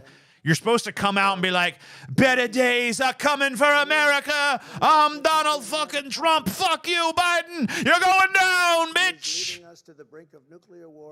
You're not supposed to get out there and be like, everything is terrible. It's awful. Everything's bad. Everything sucks, you guys. It's all bad. Vote for me. That is talked about, and yet nuclear weapons, which would destroy the world immediately, are never even discussed as a major threat. Can you imagine? They say the ocean will rise 1/8 of an inch over the next 200 to 300 years. But don't worry about nuclear weapons that can take out entire countries with one shot. Something is wrong with their thinking. Under Biden and the radical Democrats, America has been mocked, derided, and brought to its knees, perhaps like never before. But we are here tonight to declare that it does not have to be this way. It does not have to be this way. where's the energy in your fucking delivery? It should be like, But it does not have to be this way. 2 years ago, like, put we some were a fucking great oomph in nation, it, bitch. And soon we will be a great nation again.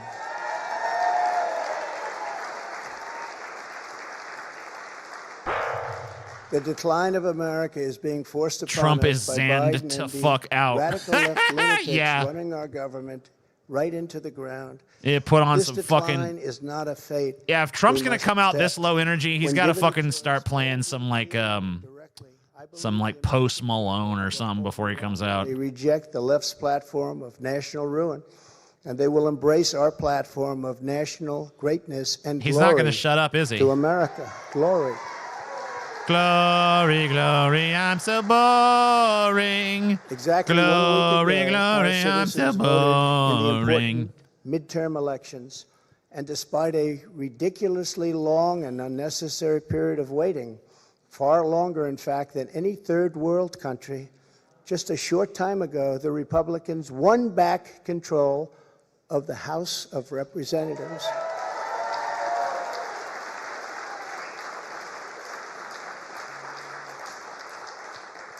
And it was with a great Trump-endorsed candidate, Congressman-elect Kevin Kiley, who is a fantastic person,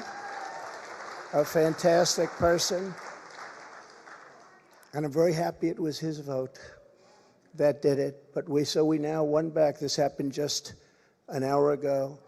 Much criticism is being placed on the fact that the Republican Party should have done better, and frankly, much of this blame is correct. But the citizens of our country have not yet realized the full extent and gravity of the pain our nation is going through, and the total effect of the suffering is just starting to take hold. They don't quite feel it yet, but they will very soon. I have no doubt that by 2024, it will sadly be much worse, and they will see much more clearly. We're getting like what happened and what is happening to our country. Trump. You need to go look at some Bernie shit, bro. Go look at how Bernie delivers bad news, okay? Because this is like a Bernie speech structure, kind of, where you just have like it's like a litany of like all the shit that's wrong. Obviously, your version of what's wrong is fucking stupid, but you could learn something because like even though Bernie's telling you all the bad shit, he's saying it in like a high energy way. Hey, it looks like his energy's picking up, though. Let's see. I want to point out that in the midterms, my endorsement success rate was 232 wins and only 22 losses. You don't hear that. Because you endorsed pretty much every Republican running, dude. And this is an elegant night and an elegant place, and I'm not going to use the term fake news media. So we're going to keep it very elegant. But you don't hear that from the media, but I think you will because people are starting to see what happened. That's some score, and in the primaries was 98.6%, but they were still trying to blame me. And the reason for the success and that TJ, you might as well unprecedented success. TJ, you might as well run for the presidency. Clearly, Trump has lost the morale that kept him that was keeping him going. I don't know what morale he had, or if you were trying to say you said moral, but I'm assuming you mean morale because his saying he's lost his moral doesn't make any sense unless you're saying that Trump had a moral, which maybe he did at one point. I don't know. He doesn't now. Trump administration, and in fact, we got along very well with the various countries. All of them, all them countries, all 7. Including coming up with the Abraham Accords. It's a great thing. Oh my God, dude, just announce But it's and go. because of cutting taxes and cutting regulations at the highest level ever. Oh my God. And on building the greatest economy. Any time in the history of the world, there's never been an economy like we had just 2 years ago. Yeah. Despite the outcome in the Senate, we cannot lose hope. And we must all work very hard for a gentleman and a great person named Herschel Walker, a fabulous human being who loves our country and will be. He's not a fabulous human being. He literally fucking, he's literally got, you guys say abortion is murder. The dude has literally gotten abortions, which I don't give a shit about. I don't care that he did abortions, but I care that he's a hypocrite that says like abortion's murder and then he's done it. So by his own logic, he's a fucking murderer. And then he's like abandoned his kids on a bunch of occasions. He's like abandoned families. He's got like different women all over the fucking state that he's fucking sired kids with and then abandoned. So how's that an exemplar of moral goodness? I don't know. Largest margin in many, many years over the Democrats. 5 million more votes. That's a big thing. Fabulous. Breaking the radical Democrats' grip on Congress was crucial. So Jesus in other words, fucking Christ, bro. Because of our great congressmen and all of our great congressmen and congresswomen, we have taken over Congress. Nancy Pelosi has been fired. Isn't that nice? Yay, Nancy Pelosi sucks. Boo, Nancy Pelosi.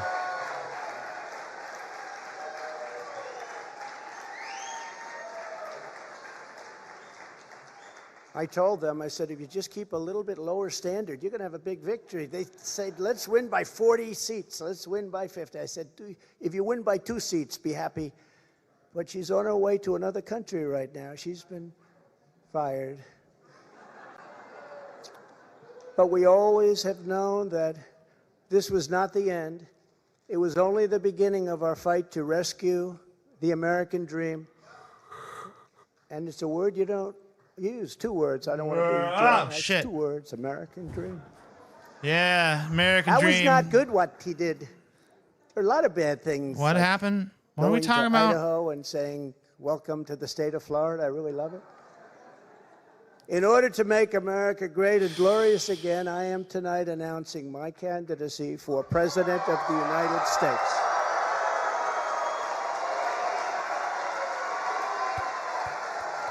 Look at his face he made afterwards. Look at this shit. Oh my God. Look at this. Hold on. We gotta go back for a second. Not that I can think of. No Islamic attack. Senate. Hold on. Did America First leaders Gotta attacks find this during moment. Yeah, whatever. all of you. He like after he announced he was running, he's like, I'm once again running for president of the United States. And he was like, friends and family here tonight. like even he was kind of like, ugh. People say, how do you speak before so many people all the time? You barely do. It's really easy if you want to know that. It's it needs to be harder because you're not good at you ought it. to try it sometime. All right, Together I'll give it a we shot. will be taking on the most corrupt forces and entrenched. Oh my God, he's still interests talking. Imaginable. Our country is in a horrible state. We're in grave trouble. This is not a task for a politician or a conventional candidate. This is a task for a great movement that embodies the courage, Yeah, you sound like you got and the energy of spirit movement, the bro. American people. This is a movement. This is not for any one individual. This is a job for tens of millions of proud people working together from all across the land and from all walks of life, young and old, black and white, Hispanic and Asian, many of whom we have brought together for the very, very first time. If you look at the numbers, if you look at what's happened with Hispanic, with African American, with Asian, and just look at what's happening. This is a party that has become much bigger, much stronger, much more powerful, can do much more good for our country. This is a job for grandmothers and construction workers, firefighters, builders, teachers, doctors, and farmers who cannot stay quiet any longer. You can't stay quiet any longer. You're angry about what's happening to our country. Our country is being destroyed before your very eyes. It's a job for every aspiring young person and every hard-working parent, for every entrepreneur and underappreciated police officer who is ready to shout for safety in America. The police are being treated so badly. These are great people. They can straighten out the crime. They're the ones that know how to do it. We have to give them back their respect and their... But they didn't. They fucking have had... How long is it going to take them? They've had the fucking... We've had every fucking policy on crime you could possibly have other than the ones that actually make sense. And it has not worked. We've tried fucking giving the police all the resources and money they need and throwing as much money into policing as possible. And it's never fucking produced... It's never produced good results on the crime front. So, like... What, this time it's just going to magically work for no fucking reason? It's true. The American people, the greatest people on earth, we love them all. And we love both sides. We're going to bring people together. You don't love We're both going to sides. Shut unify up. people. And it was happening in Dude, he's trying to do this whole like previous to the previous. he's trying to do this like And, very what was forced bringing like them together was rebirth success. like Prior I'm to going to bring COVID people coming in, together this time. The people This time I'm the calling unifier, me, that bitch. were calling me, you wouldn't believe it. He's not the People that were unifier. so Go far away. left, I figured they'd never speak to me and I would never speak to them. But our What do success people was see in so this doddering incredible, old guy? I don't like know. never before. And then COVID started coming Need in some from to yell China. DeSantis' speech is better. Dude, call but it the DeSantis' China speech virus. is way... Some Dude, people call it other someone things, needs to tell but it Donald was Trump that devastating. less is fucking more, especially in an announcement speech. When you're announcing your candidacy for president, you don't fucking do this like 2-hour shit. I mean, it's probably not been 2 hours, but it feels like I've been fucking listening to this speech for 2 fucking hours now. Like, what the fuck is this? See, when did this speech start? Let's see. Okay, when, like, it's been 30 minutes. It's been basically 30 minutes of this dude yakking. No, it actually hasn't. It's only been 20 minutes. I fucking thought it was an hour. How long? Oh, my God. Oh, God, no. The Washington establishment wants to silence us, but we will. I want to silence you for my own fucking sanity. Just shut up. You're so fucking boring. Years is the greatest movement in history. Trump is speaking. No shit, politics. Sherlock, It's bro. about our love We're for you're this great he's country, you're America, the and we're not going to let it fail. I am running because I believe the world has not yet he's waiting seen the true for glory World War of what this III nation can be. for a reason to We get have back in not presidency. reached that Yeah. pinnacle, believe it or not. In fact, we can go very far. We're going to have to go far. First, we have to get out of this ditch. And once we're out, you'll see things that nobody imagined for any country. It's called the United States of America, and it's an incredible place. Shut up. Shut up. We are shut Americans, up, shut and we up, do not shut have up, to endure shut what up, has shut taken up, place in shut up, Washington, shut up, shut This up, is our shut country, up, our shut up, government, and shut the up, Carters of shut power, up. or Shut the they're fuck our Carters. up. They're not their Carters. Who They're gives a our shit? Carters. And we Donald are Trump, coming here's what you to do. take You get out there, you say, oh my God, America fucking sucks now because of Biden, but now it's going to be good again because of me. And I'm going to change things. It's going to be great. New age, blah, blah, blah. President, run for president, yeah, woo! And then fucking high energy, get off the stage, yeah, woo, yeah! And then you're gone. And people are like, whoa, Trump looked really high energy and impressive. But instead it's like slogging like, I'm not a warmonger. protect us. We have to be protected. The Adderall from shortage all of must have those hit Trump. nations He's out there sleepy. that are looking to I'm destroy sleepy. us from beyond our shores. This There is are making lots me of sleepy. nations that hate us gravely. And that's the problem when they look at us in disarray like we are right now. When we go to them begging for oil and we have more liquid gold under our feet than they have or any other nation has. TDS and on we full don't use it display. because we're Dude, I going agree to with you. them. This is TDS. It's crazy what's This happening. is insanely We can't let it TDS, continue. actually. Joe Biden is the face of left-wing failure and Washington corruption. TJ Trump is speaking. We had a big is he? G20 dinner tonight. Wow, yes. Everybody flew over to wherever they flew over, and guess what? He never showed up. They're still looking for him. What's going on? Oh my G20, God, you're I used to not an love that. entertaining The leaders, speaker. they used to Go make deals for our away. country like you wouldn't believe. It was one, give me the next one, give me the next one. And we got them to stop taking advantage of our country. Every nation took advantage of our country. We renegotiated deals with Mexico and Canada, USMCA. We got rid of the worst trade deal ever made. Ever made, NAFTA, the worst trade deal ever made. That's why the farmers love Trump, because we did a great job, but manufacturers also. And we did a deal, we restructured our terrible deal with Japan, and I did it with Prime Minister Abe, a great man who unfortunately is so sad. He was a great friend of mine, but a great man, loved his country so much, but we restructured and made it a really terrific deal, and with South Korea and so many other countries. And the best of all was what we did to China. We made an incredible deal, but after COVID, I don't even bother talking about it because the devastation that caused for the entire world was too much to bear. I will ensure that Joe Biden does not receive 4 more years in 2020. Can't do it.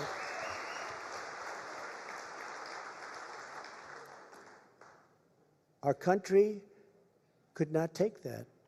And I say that not in laughter. I say that in tears. Our country could not take 4 more years. It can only take so much.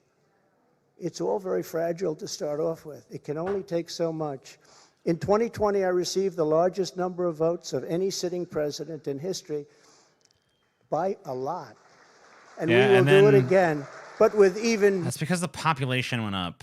You know, like you didn't get a larger percentage. You just got like, and then Biden broke the fucking record the next election. And probably the next election will be broken again because their population is higher. 2024, the Hispanic voter, the Latino voter has been unbelievable. Great people, very entrepreneurial people, and they want security. And everyone thought when I did the wall, I built the wall, and they thought, oh, that would hurt me with the Hispanic vote. No. It helped me because they understood. They wanted safety. They wanted security. And they understood the border better than anybody else. So they were amazed. And we started that trend, and now we're continuing with that trend. You look at... I love how the first election, he was like, they're rapists, they're murderers, they're sending over their worst. Now he's like, they're great people, very industrious, very nice. Texas called. Great gentleman, just got reelected. And... he said to me, I'd like to talk to you for a second. Well, he said, you've done something that nobody else has done. You've won every single area along the borders, the longest since Reconstruction. I said, Reconstruction? I guess you call that the Civil War? That's what I call it? That's what I call it. Governor Abbott, very good man, and he's working hard, but it's horrible because what's happening is they're just sending hundreds of thousands of people right through his state, right through Arizona, right through all of the states. What's happening is they're coming up all of the states. And we can't have it anymore. This campaign will be about issues, vision, and success, and we will not stop. We will not quit until we've achieved the highest goals and made our country greater than it has ever been before. And we can do that. We can do it.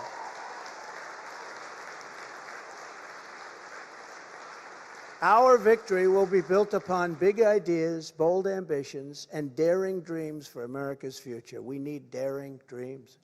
It is not enough merely to complain or oppose. We don't want to be critics. We don't want to be complainers.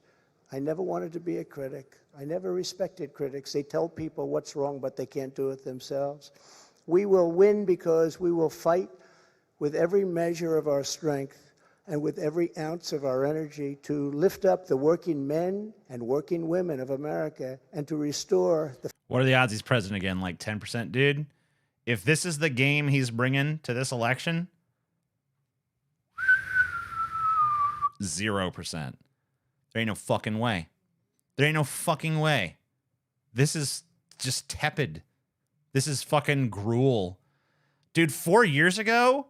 this guy was like an outrageous, like, whoa, like it felt like you were like invited to like the 3-ring circus. He's like, I'm Donald fucking Trump, grab him by the fucking pussy. Yeah, the Mexicans are scum. Fuck the Muslims, get them out. He was a piece of shit, but goddamn, he's a fucking entertaining one. And now it's just like, you know, America is a great country, but you know, it's been shitty lately because of Biden, but if you give it back to me, this time it's going to be different. This time I'm going to be the uniter. And in conclusion, 70-minute ramble. Man, shut up. Can't you just like, your goose is cooked. You're done. You're too old. You're too boring. You've run out of fucking steam. There's no fucking gas left in the fucking tank. The Trump train has fucking derailed and fucking gone careening into the ravine and exploded into a ball of fucking flames. This is done. This is over, okay? DeSantis is the guy now. You ain't it no more, bitch. Sorry. Like, they've moved on. The Republican fucking base, the Republican fucking establishment, all of them have moved right the fuck on to this like dynamic, high energy fucking DeSantis fuck over in Florida, fucking spinning a way more energetic and positive, upbeat yarn about like, we're gonna destroy wokeness, and we're gonna fucking bring business back, and we're gonna clobber their asses. And you're just like,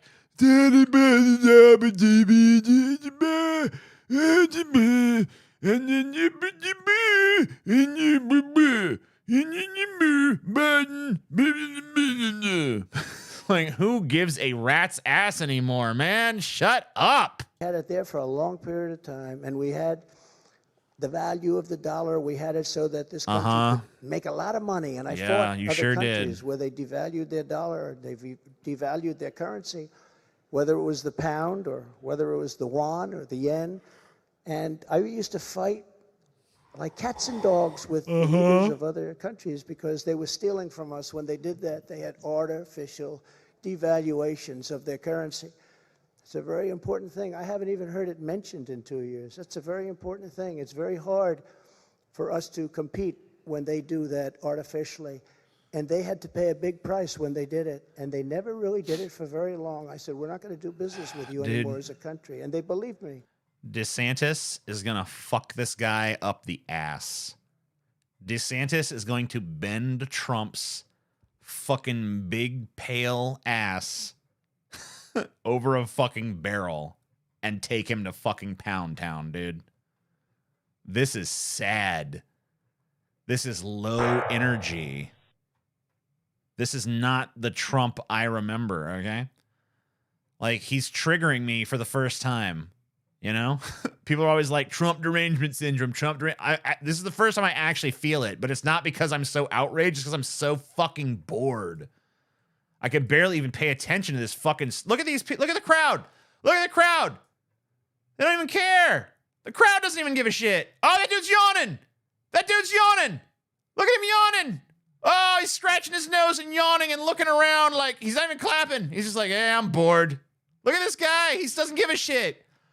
Oh my God, it's so fucking boring. It's so bad. Oh, he's dead. He's fucking dead. Trump is fucking dead. The Trump beast is fucking dead, you guys. And it didn't die. It didn't die a fucking gruesome death. And it didn't die a glorious death. It just died like a fucking wet fart. It was just like, and that was it. It wasn't even a big, glorious, nasty, like, it was just like, and it was done. The American marketplace, they have to pay to the crowd is bored. Money, take it away from us. Look at them. They're bored out of their fucking minds. Still the best and the biggest. They're chattering with each other. In the world is what we have. We have the best and the biggest. If you remember, they don't even care. Even the crowd, even the people who are there in the room are bored. The people in the room are bored. The people in the room. This is your fucking guy. This is the leader of the MAGA cult. Speaking, telling you that he's back, telling you that he's come again to set America right. And even his fucking audience of people just don't give a shit. Look at this MAGA woman up the front. Did you see that? She turned around to look at the crowd like, and then like you kind of see like the light go out of her eyes. You realize like no one in the crowd gives a shit. And she's like one of the few that's like actually into it. It's done. He's sunk. This sucks. This is tepid. This is tedious. TDS. It now stands for tedious, not Trump derangement syndrome. Look, people are leaving. People are bored. People are just like, I'm out. I'm good. I feel like I've made my little appearance here. I'm out. See you guys. I'm gonna go fucking take a dump. Oh, no. And you wouldn't think it's that complicated. Now, what has been she just sat down. A little bit is what's happened to so many other things. I believe originally started by this energy disaster. Trump. We were $1.87. Trump, shut up, Trump. For gasoline, and now it's Trumpy, my bro, my boy, my bro. And it's going to go really Trumpy. Bad.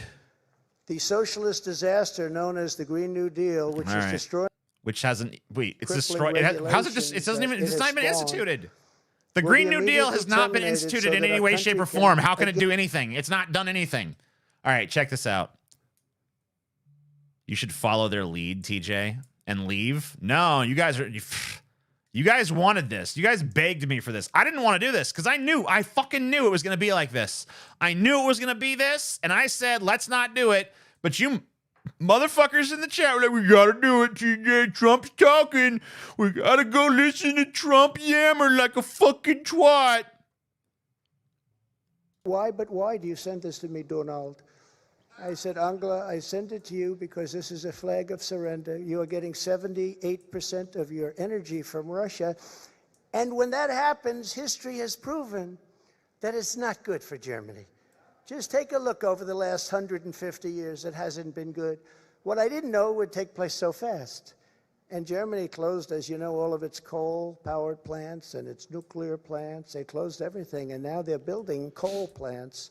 And they're building them fast. And China's building a coal plant every week. Every week they open up another. And then they talk about all of the things that they do environmentally. They're watching us die with the Green New Deal, with our I'm watching windmills you and with die, our solar dude. that doesn't have the power I'm to watching fire up our you great die factories up on and our this great fucking plants. stage. They are watching us die, and they're laughing. Yeah, I'm not laughing. I'm just, I'm wanting to go to sleep. Economic security is national. What the heck is he yapping about? Just fucking That's nothing. What it is. We need He's economic just yammering like a doddering old man. He's just a fucking old man up on stage. They turn the mic on. He's like, yeah, things are bad.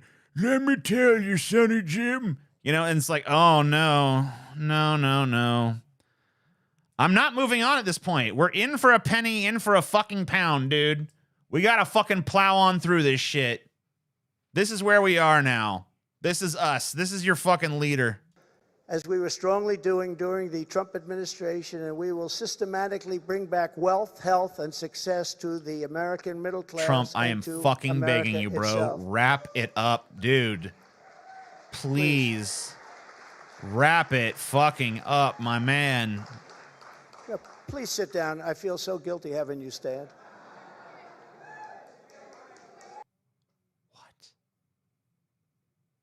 What was that? Trump felt guilty having him stand? Trump felt bad for their poor little leggies? Aw. Oh. He's the new compassionate, boring Trump that nobody wanted. Literally nobody wanted this, okay? Borders. We are going to restore and secure America's borders just like we had them before, best ever. We built the wall. And now we will add to it. Now, we built the wall, we completed the wall, and then we said, let's do more, and we did a lot more.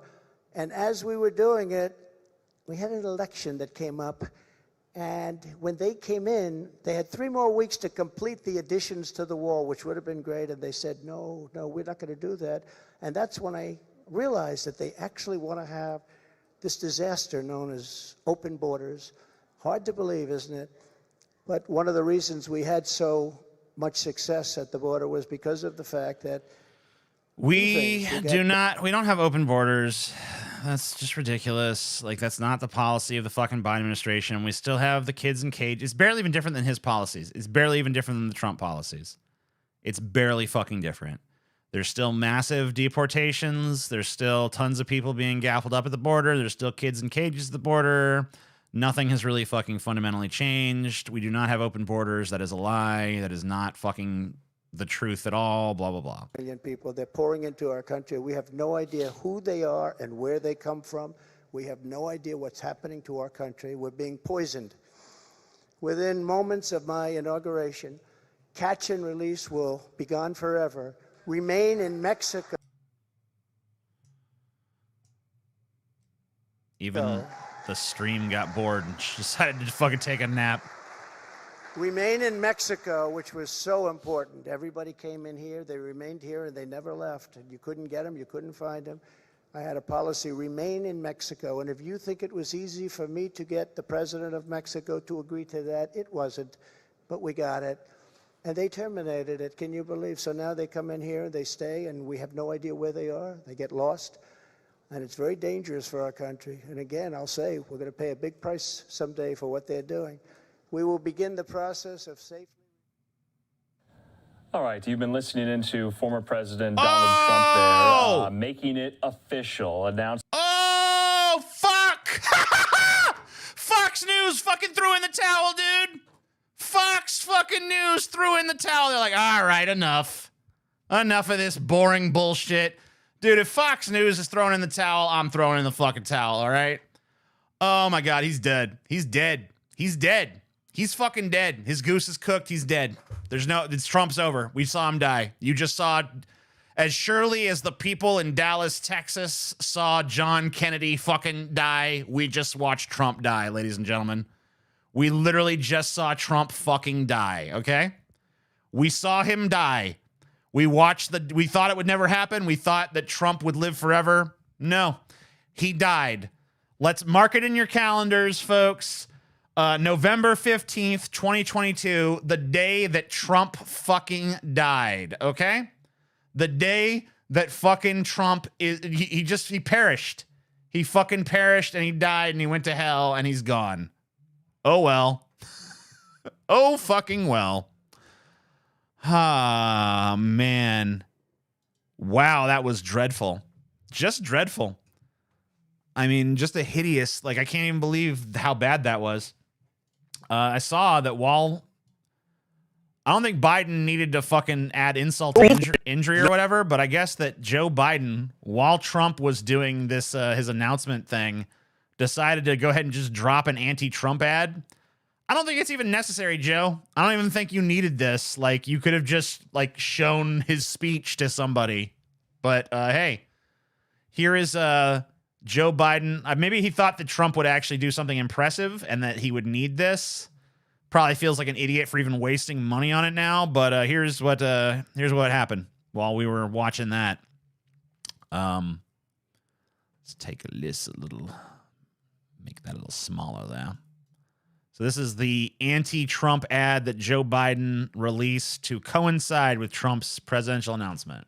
Nobody has ever done what we've done in the last 4 years. Their entire economic plan, tax cuts for the rich and corporations. And record-breaking unemployment. The worst jobs report on record. Trump is the only modern president to leave office with fewer jobs than when he took office. The Trump administration formally asking the Supreme Court to overturn the Affordable Care Act. This could leave up to 23 million Americans without coverage. I hope that they end. It'll be so good if they end. You also had people that were very fine people on both sides. Do you believe in punishment for abortion? Yes or no? There has to be some form of punishment. For the woman? Yeah, there has to be some form. And if I win, we will treat those people from January 6th fairly. And if it requires pardons, we will give them pardons. Nobody. See, you didn't need that. That was not even necessary, Joe. You didn't even need to fucking bother with that. Because Trump's dead. You don't even have to fuck with it now. It's over. It's official. He's dead. November 15th, 2022, Tuesday night, 9:46 Eastern Standard Time. Donald J. Trump died in a horrible speech attempt accident. Oh, fuck. Oh, shit. Devastating. Fucking brutally devastating. Oh my God, what a tepid bunch of gobbledygook. Fox News tapped out. Fox News says, nah. Wow. Fucking wow, dude. Holy goddamn fucking shit, my friends. Holy goddamn motherfucking unbelievable shit. Magnificent. Fucking magnificent, my friends. All right. Well, we got some stuff to go through. What should we do? What's next? Russia? World War III? We should probably cover that briefly. I'm not a foreign policy person. But, the world being reduced to nuclear cinders, I guess does kind of concern me a little bit. So let's take a look at what's going on there. So earlier today, I believe, there was a incident where Russian missiles sailed over Ukraine into NATO member Poland, killing 2 people there. So let's see what the fuck that's all about. Let's take it live now to Edward Lawrence, who is on the road with President Biden at the G20 summit. Edward, what have you heard from the administration about this attack on Polish soil? Well, Liz, right now, the president's advisors are seeing what you're seeing in the dollar index, as well as the Treasury safe haven buying, watching that situation. I can tell you within the last 7 minutes now, the NSC spokesperson, Adrienne Watson, tweeted out this. She said, I'm going to read this. We've seen these reports out of Poland and are working with the Polish government to gather more information. We cannot confirm the reports or any of the details at this time. We will determine what happened and what appropriate steps to take next. And the Polish government has already called an emergency meeting within Poland of their advisors. Now, here in Bali, the president says that he has talked with other world leaders about the situation in Ukraine, including worst-case options. Listen to the president here. We discussed Russia's aggression against Ukraine, reaffirmed our shared belief in the threat or the use of nuclear weapons is totally unacceptable. Oh, my God, dude. Joe Biden is actually more high energy than Trump now. What the fuck, dude? Oh my God, Joe Biden seems like a fucking dynamic fucking dynamo of energy compared to fucking Donald Trump in 2022. Holy shit. And the reason this is so important, let's go back to March when President Joe Biden came out and he made this statement. He made it very clear, and I'm going to read this to you, what he said. He said, the reason we want to make this clear is a movement on Ukraine. Don't even think about ICUP. I get it.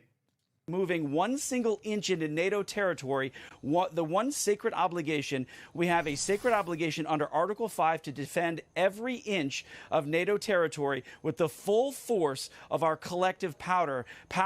Collective powder. Oh, yeah.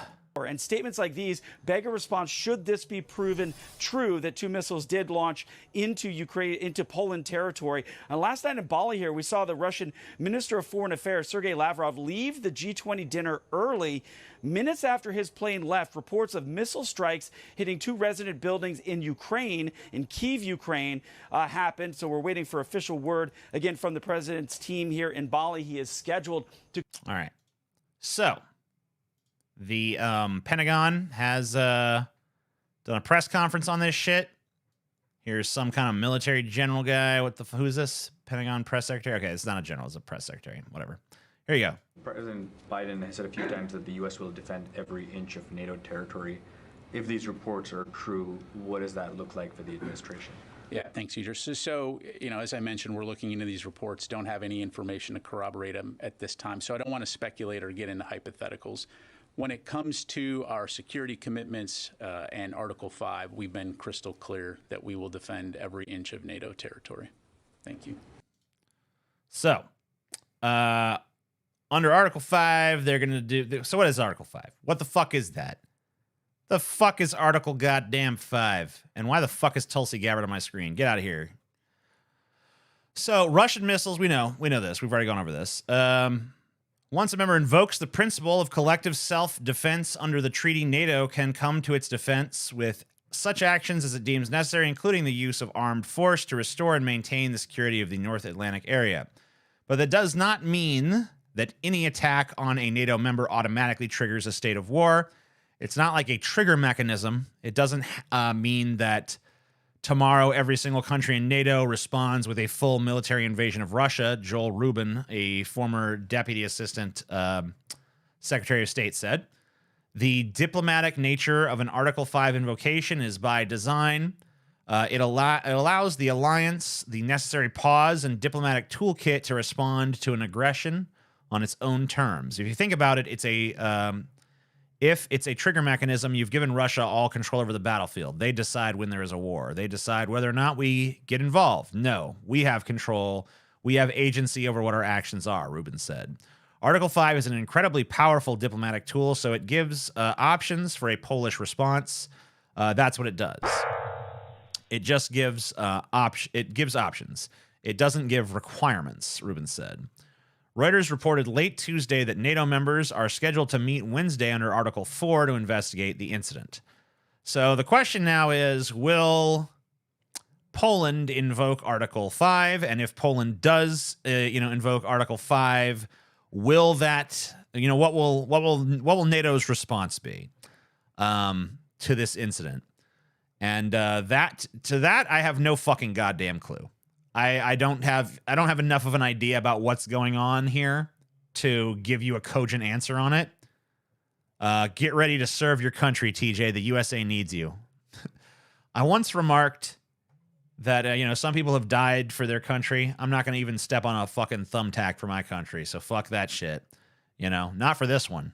Maybe for my countrymen. Maybe for the people of America, but I'm not doing it for the institution of the United States of America. This thing's too fucked up for me to fucking give that much of a shit about. But I don't want to die in a nuclear fucking bloodbath. That'd be cool. So, here's a guy on Twitter. This guy, this is a Jack Posobiec, super right-wing dude.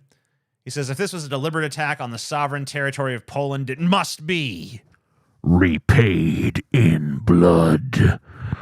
It must be repaid in blood. Which, of course, a lot of the right-wingers did not like, but I guess this dude actually has family from that region, so, these Republican right-wingers, they fucking see things differently when it's their own fucking, their own ass or the ass of their loved ones that's on the line, Things are a little different then. You should go to Newsmax coverage. It gets worse. All right. It gets worse for Trump, or it gets worse for this situation with this fucking whatever it is. Oh, this is a fun meme. I found a spicy little meme for you guys. It says, you don't want to fuck around and find out why America doesn't have free healthcare. Which is true. Let me see. Newsmax. I can go to Newsmax.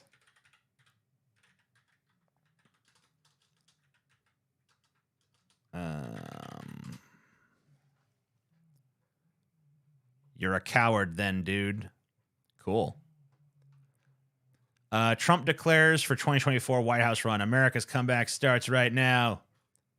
Well, they're sucking Trump's dick as far as I could see. So I don't know. Are they talking about this? What are they saying about this Russia shit? Trump declares, blah, blah, blah. I think it's really stupid. I don't see anything about this on here, so I don't really care about it. I think it's really stupid to say that someone's a coward because they won't fight for a country they don't believe in. It's like, you won't fight for a cause you don't even fucking give a shit about? You're a fucking coward. It's like, well, no, I'd be a coward if I wouldn't fight for a cause I did believe in. Unless, of course, that cause was, like, antithetical to fighting. Like, if I was like, I'm not going to fight for pacifism, that doesn't make sense. You're like, you're a fucking coward then. It's like, all right. Also, I don't really care about being a fucking coward anyway. But it is weird. It is a weird insult. It's kind of oddly an old-fashioned insult in a way. So this is DeSantis a few days ago responding to Trump's attacks. I was trying to get to this before Trump did his announcement, but whatever. The timing was a little off, but we'll see what's going on. Pending announcement from Trump is already getting reaction from Governor Ron DeSantis, who could also enter the race for president in 2024. Terry Parker joining us now live from West Palm Beach with what the governor said today. Terry, and I know there are Trump supporters gathering where you are there as well. What he said. One of the things I've learned in this job is when you're leading, when you're getting things done, yeah, you take incoming fire. That's just the nature of it. All that's just noise. And really what matters is, are you leading? Are you getting in front of issues? Are you delivering results for people? And are you standing up for folks? And if you do that, then none of that stuff matters. Holy shit. He actually said words in a reasonable amount of time with a normal amount of energy for a human being. Crazy. Spineless TJ, lol. I don't see your ass on the fucking front lines or something, You want to go fucking fight some dumb war for America, you go ahead and do it. I'm not doing it. I don't give a flying fuck. You know, I'll learn the Russian national anthem if I have to. It's fine. I listen to someone's in there's like, America gave you your whole life. It's like, yeah, that's why I hate it. Because my life sucks. Your life sucks too, for that matter. If you actually fucking open your eyes and looked at what America was, you'd feel the same way as me. But you've drank the Kool-Aid. You fucking have bought into the hype. You fucking watched too many John Wayne movies. You're proud to be an American where at least you know you're free. I'm literally fighting in Ukraine right now. Fuck. I didn't think about that. Fighting and watching my stream at the same time. Pretty dope multitasking. Let's see what's going on here. Rupert Murdoch has told Trump his media empire will not support another Trump run on presidency. Yeah, we just saw that. Attic, ATTIC for $1.99. Whoa! Huh! What is it good for? Absolutely nothing. So yeah, this is I think this is definitely true. Because, yeah, I mean, they didn't even cover Trump's whole speech. Then again, Trump decided to do... I mean, Trump's probably... And for all I know, Trump is still talking. Like, is Trump still talking, you guys? Someone tell me if Trump is still going right now. World population reaches 8 fucking billion. 8 billion fucking people, you guys. I remember when I was a kid, it was 6. Now it's fucking 8. Horrible. Omar, shut up. No one gives a fuck. It's cringe as fuck to hate on America. I mean, I guess it could be. It depends on what the context of your hatred is. I think. This is just the news section of Reddit. I didn't mean to pull that. Here, this is like, I have some weird shit. We're gonna like watch some Nick Fuentes shit in a minute. Because I've never really covered Nick Fuentes before, but I saw that there was just like 3, like Right Wing Watch put out like 3 videos of his in like rapid succession. And the fucking screen grabs or like the summations of them are absolutely insane. But you know what else is insane? These fucking crows. Look at these fucking crows, man. This is in Mongolia. I feel like this is from like some kind of lost quatrain of Nostradamus. Like, this isn't a good sign, right? Like, I don't believe in omens necessarily, but this feels like a fucking bad omen, doesn't it? Doesn't this seem like kind of disconcerting to anyone else? Seems like slightly disconcerting to me. So here's another example of Elon Musk's brilliant running of Twitter. Don't log out of Twitter if you have 2FA. It's two-factor authentication. The microservice for it has been shut down. You won't be able to log back in. So basically, like, Elon Musk is like, we got too many microservices. Shut them down. Shut them all down. And apparently, like, one of them was this. So now if you have two-factor authentication, I pulled a Trump there. Authentication.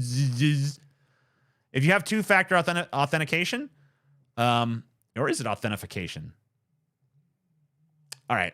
I don't know. That word, I've never said that word. It's authentication, right? It's not authentication. Is it? I'm going to check this. Yeah, it's authentication. Okay. I don't know why I wanted to put a "f" in there, but it's all good. Two-factor authentication. Shut down the microservice, and I don't know if this is an ongoing issue or if this has been fixed, but it literally says down here, can't send the confirmation code right now. Please try later. So basically, like, anybody who fucking actually tried to secure their account by having two-factor was locked out for a time, and as far as I know, maybe still is.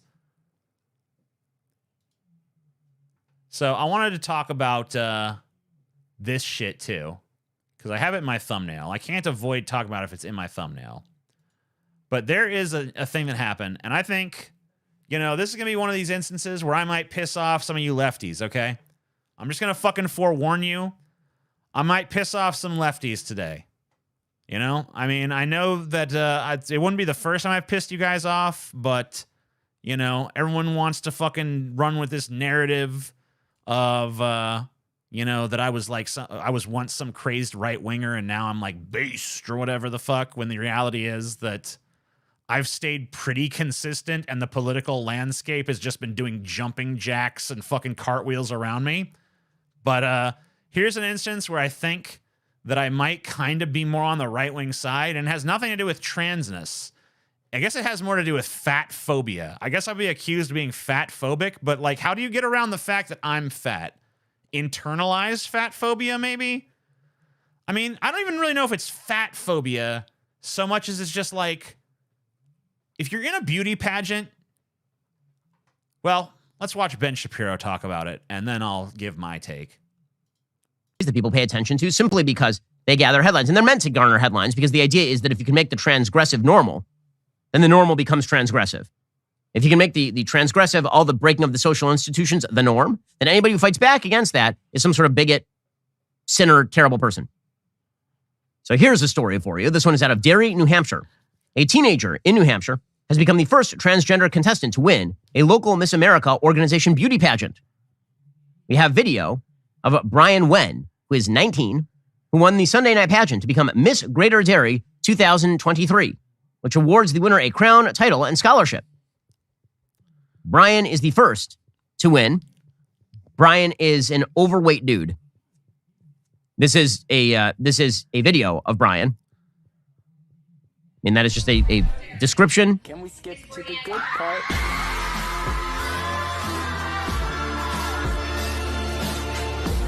I guess Brian is now Brianne, I guess is how he wants to be pronounced.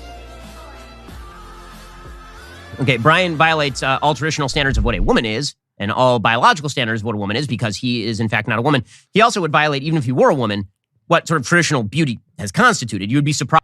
Right. Okay. So here's where I agree with Ben Shapiro. All right. Well, let me talk about what I disagree on first.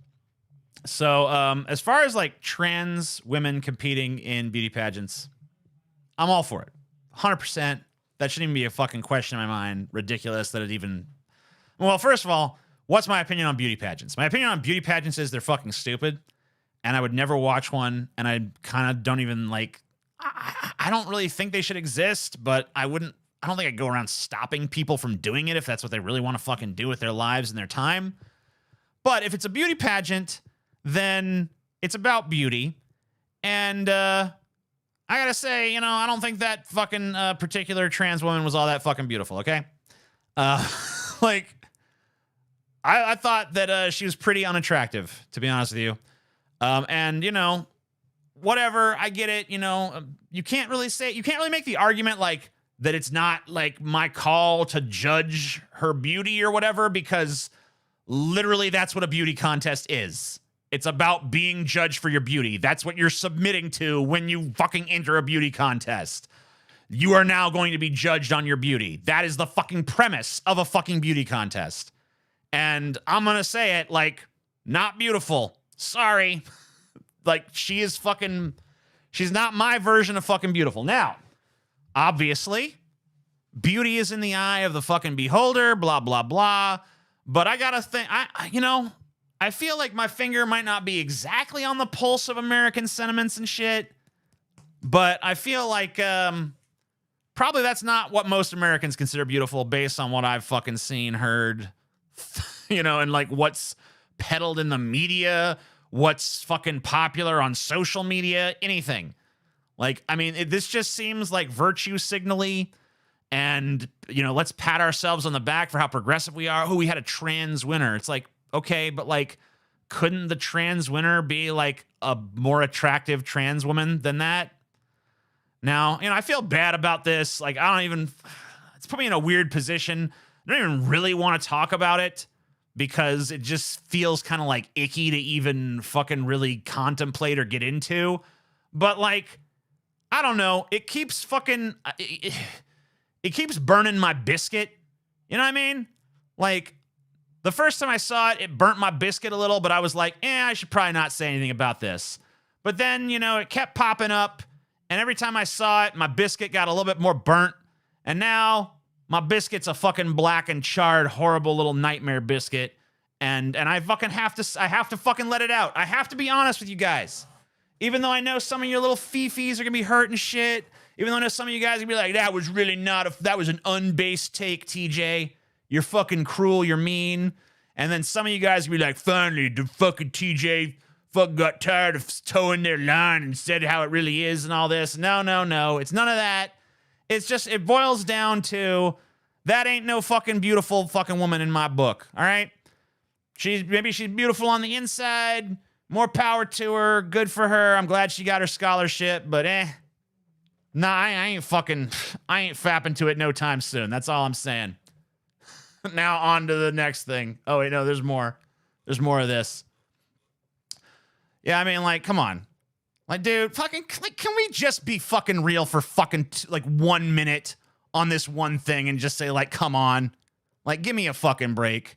Give me a fucking break, okay? Like, it's not, no. Come on.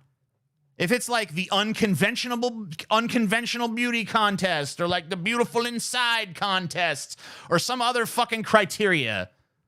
But like, if this is, it's not a beauty contest at this point. This is just no longer a beauty contest, okay? I get it. Beauty's on the eye of the beholder, blah, blah, blah. I just think it's a weird take. What's weird about it? What the fuck is weird about it? What's weird? I can see how it's like offensive or like hurtful, but I don't see how it's weird.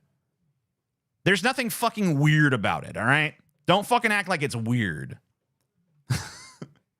The pity award. It does kind of feel like condescending in a way. Like, don't you think? I don't know. Anyway, it's time to fucking go after Matt Walsh. Because Matt Walsh is going to tell us that we need to be married. And, you know, I'm married. All right, look, I am married. So I'm already doing what he wants. I'm going to put that out there. Now, the results of these referendums and of the race... Oh, he's tied it to the election, by the way, somehow. I don't know. So the context here, the reason we're starting this 6 minute in, the first 6 minutes are just him bitching about the election. As far as I could tell, I kind of skimmed through it. I haven't watched the whole thing or anything, but he's bitching about the election. And I just watched, he did some ad, which, by the way, this ad is basically like, I don't know, it looks like you buy like a deed for land in Scotland or something, and it's like really stupid, but whatever. Races themselves can largely be explained by and blamed on, I suppose, two often overlapping groups, and that would be Gen Z and unmarried women. Now, it's been widely discussed and comes as a no surprise to no one, I assume, that Democrats won the Gen Z vote by about 2-1. But the unmarried woman factor is, I think, most notable. As the Daily Wire reports, quote, unmarried women voted Democrat in the 2022 midterm elections by a significant margin, according to exit poll data. Compared to married individuals favoring GOP candidates this year, a CNN exit poll of 18,571 total respondents found 68% of single women marked their ballots for Democratic politicians, a 37-point margin over the Republican Party. Republicans gained 20% more votes from married men than Democrats, while single men voted 7% more for GOP figures. We should also note, importantly, that Republicans won the married woman vote by 14 points. So Republicans win clear majorities of the married vote and still a slim majority of the unmarried man vote. But unmarried women swing heavily to Democrats. Based on this, we can also assume that they are largely responsible for these ballot measures enshrining abortion and infanticide across the country. I mean, that's why these measures passed or didn't pass. This guy is so dumb. This is so fucking indicative of like the Republican, this weird Republican impulse that exists, where if a Republican finds out that a certain bloc doesn't vote for them, their immediate inclination is not to actually investigate why or to modulate their message. Their immediate reaction is we need to somehow change those people or disenfranchise those people. That's always what it boils down to. Like, okay, the fact that unmarried women don't vote for Republicans does not necessarily mean that they don't vote for Republicans because they're not married. It could very easily be that the same traits that led them to not want to marry is also the same traits that led them to not want to vote Republican. It could be like, hey, the kind of person who has the value system that doesn't enter into this social contract is the same kind of person who doesn't want to fucking vote for a bunch of GOP morons. So there's not even necessarily a direct corollary there. It could be that there's like an overarching corollary, or there could be a direct corollary, or there could be a reverse corollary. Like the idea that this is some cut and dry thing. And then to top it all off, like the idea that that like unmarried women are wrong because they vote for Democrats, or young people are wrong because they vote for Democrats. It's just like, it's like a post hoc justification kind of thing, where it's like the fucking the starting line of like being like a good person, I guess, in Matt Walsh's world is you have to vote Republican. And so anyone who doesn't vote Republican, there must be something wrong with them. And that something needs to be corrected, or those people need to be disenfranchised so that they don't go to the polls and they don't vote. But it never occurs to Matt Walsh or any Republican brain that maybe they should modulate their message to actually appeal to broader swaths of the electorate. And that's just like mind-boggling to me. Like, how does that not ever fucking occur to you? And I guess it's just because if they did that, they wouldn't be Republicans anymore. If Republicans actually changed their message and changed their values to be more inclusive, they would no longer be Republicans, because being fucking exclusionary assholes is so fucking fundamental to their nature. As the case may be. The good news for Democrats is that the number of unmarried women in the country continues to increase year over year. In the middle of the previous century, so around 1940. Crazy when there's dudes like you running around. Like, how do they even? Why not? You know, like this. As much as Matt Walsh acts like he wants to solve this problem, he's actually perpetuating it, because any girl who even thinks about dating a dude and then she finds out that he watches Matt Walsh videos, like, nothing is going to dry a pussy out faster than finding out that the guy you're contemplating going on a date with watches Matt Walsh. Like, that fucking pussy is going to become drier than the goddamn Sahara Desert. I mean, at least the Sahara Desert has some, like, underground lakes with, like, weird golden catfish and stuff in it. This that pussy is going to be drier than that. There ain't going to be no wetness in sight. That pussy might get so dry that she's going to turn into a fucking desiccated husk mummy person. Like, give me a break, dude. So, like, by Matt Walsh existing and making, like, content, he's actually making this problem worse, because he's leading more women's pussies to getting dry, which is leading more women to just choose to be single or lesbians, because, when dudes are watching shit like this, they're not worth fucking. You know, I mean, if I was a woman, I would not fuck a Matt Walsh fan either. I don't blame him. 1950, a vast majority of the households in the country, 80% or so, were comprised of married couples and families. They were led by married couples or families. 80%. The Sahara Desert has what? Yeah, there's like golden catfish living under the Sahara Desert. You never heard that? Golden catfish, Sahara Desert. Yeah, there's like, they live in like little underground lakes in the Sahara Desert. They're called Golden Cove catfish. It's actually the Namib Desert. It's not the Sahara Desert. So I was wrong about the desert. But yeah, there's like a desert. There's like an underground lake. And there's all these like little weird golden blind catfish swimming around in it. They're pretty cool. That number fell to around half by the end of the century. So around 2000, we were about 50% of households were led by married couples. And within a decade after that, around 2010, it fell to less than half. So now a majority of households are not led by married couples. And this is a first in underwater cave. Yeah. Well, it's okay. It's the cave is not underwater. The cave is filled with water, and it's under the desert. So it's an under desert cave filled with water. It's an underground lake. Recorded history. And the trend continues rapidly in that direction every year. This guy is a dork. No shit. No shit, Sherlock. This guy is the fucking... Dude, that's what I love. These fucking conservatives, they always want to fucking... they're always doing this whole, like, manliness shtick. They're always like, oh, yeah, we need to fuck man, tough man stuff. And they're all fucking little dorky pussies.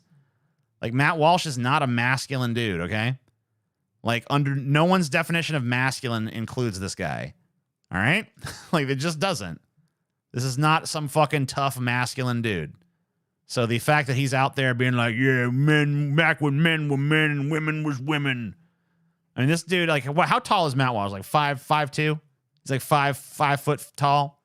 He's like 4'8", something like that. This is like 3'7". Is very bad news for children, and not just because unmarried people are more likely to vote to strip children of basic legal protections, but also because the children born to these unmarried people, remember, we're talking about unmarried people, not necessarily childless people, not exclusively childless. So any children born to these unmarried people, by every conceivable measure, face greater obstacles. Okay, they'll have a worse time of it. They will fare worse. Children born to single parents are far more likely to have behavior problems, far more likely to have academic problems, far more likely to drop out of school, far more likely to get expelled, far more likely to end up in prison, far more likely... Yeah, well, maybe that's because we live in a system where one parent can't even take care of a kid because the economic conditions in this country are so fucking... have, been so eroded. Like, there was a time in America where the income of one working person could sustain an entire family and a household. Now, the income of one person cannot possibly fucking do that. The income of two people can barely fucking do that. And in fact, can't do it as effectively as the income of one person used to do it. And we're fast approaching a point, if you look at like metrics in this country of like, how people like, I don't know, it's an insane amount of people live paycheck to paycheck. I don't remember the exact statistic, but it's crazy. It's crazy high. So many people live paycheck to paycheck in this country that it's based. I mean, including some higher income people, by the way, because the way the system is set up is, as you rise through the ranks of society, they come up with new and more clever ways to siphon off all your money. Because, if you want to advance socially, let's say you move to a new neighborhood, you're moving to a fucking, nicer area with less crime and stuff. You can't be in that area and then drive a shittier car than everyone else there. And it's not just for ego reasons. It's because you will be ostracized by that community and you'll be treated with more suspicion. It's like, what is he doing? He's an interloper in our community. And, it's like you have these things like homeowner associations and stuff where they're like trying to weed out difference. And that's because they're trying to keep those property values high because they're trying to climb the ladder, the fucking capitalist ladder, try to get to we're trying to fucking climb to somewhere, trying to get somewhere in America. And so they're still living paycheck to paycheck because they, all of your bills just get upgraded as you climb the ladder, climb the ladder, climb the ladder. You're never actually able to fucking put money away and save. I mean, you can, but it's very fucking difficult. And, so even a lot of people who make what's considered a pretty decent income in America are still living fucking paycheck to paycheck. Now, maybe some of that is bad decision making, but it's still in, like, when it's so widespread, you have to believe it's indicative of like cultural norms and stuff. Basically people don't get ahead anymore. There's no fucking delusion of upward mobility in America anymore. It's something that's like dangled in front of you, and it can be, because everyone's living a paycheck to paycheck, it can all just be snatched away at a moment's fucking notice. And, so with that sort of economic instability, everyone always has a fucking sword of Damocles hanging over their heads. No one can ever relax. No one can ever just fucking chill and be, because they feel like they have to constantly stay moving, stay working, stay doing stuff, stay productive, do. Gotta fuck, because if you fucking stop going for 1 second, if you fucking have too many sick days or you do this or that, you're gonna fucking fall down that economic ladder so fucking fast to make your fucking head spin. And at the bottom, it's a disaster. It's a nightmare. It's fucking drug abuse and fucking acrimony and bullshit and crime and no fucking social services and fucking you don't have clean drinking water, and the streets are fucking not paved, and there's no fucking tax base for the areas you live in, and it's just hideous, right?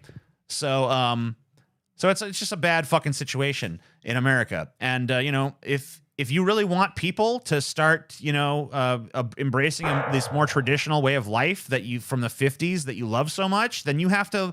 One of the things you have to do is you have to recreate the economic circumstances of the 50s, because the economics don't make sense anymore.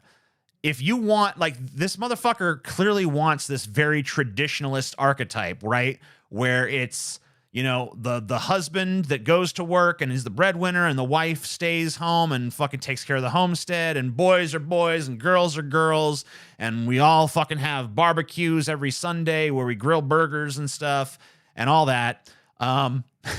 If you want those conditions to exist again in America, which it's kind of questionable to what extent those actually fucking existed outside of fucking, advertising. But of course, what we've portrayed in media has survived more than the actual conditions of the 50s. But if you want that American dream to even have a chance of manifesting, then you have to raise wages, something that all of you Republicans are against. So think about this fucking contradiction in terms that exists in the Republican brain.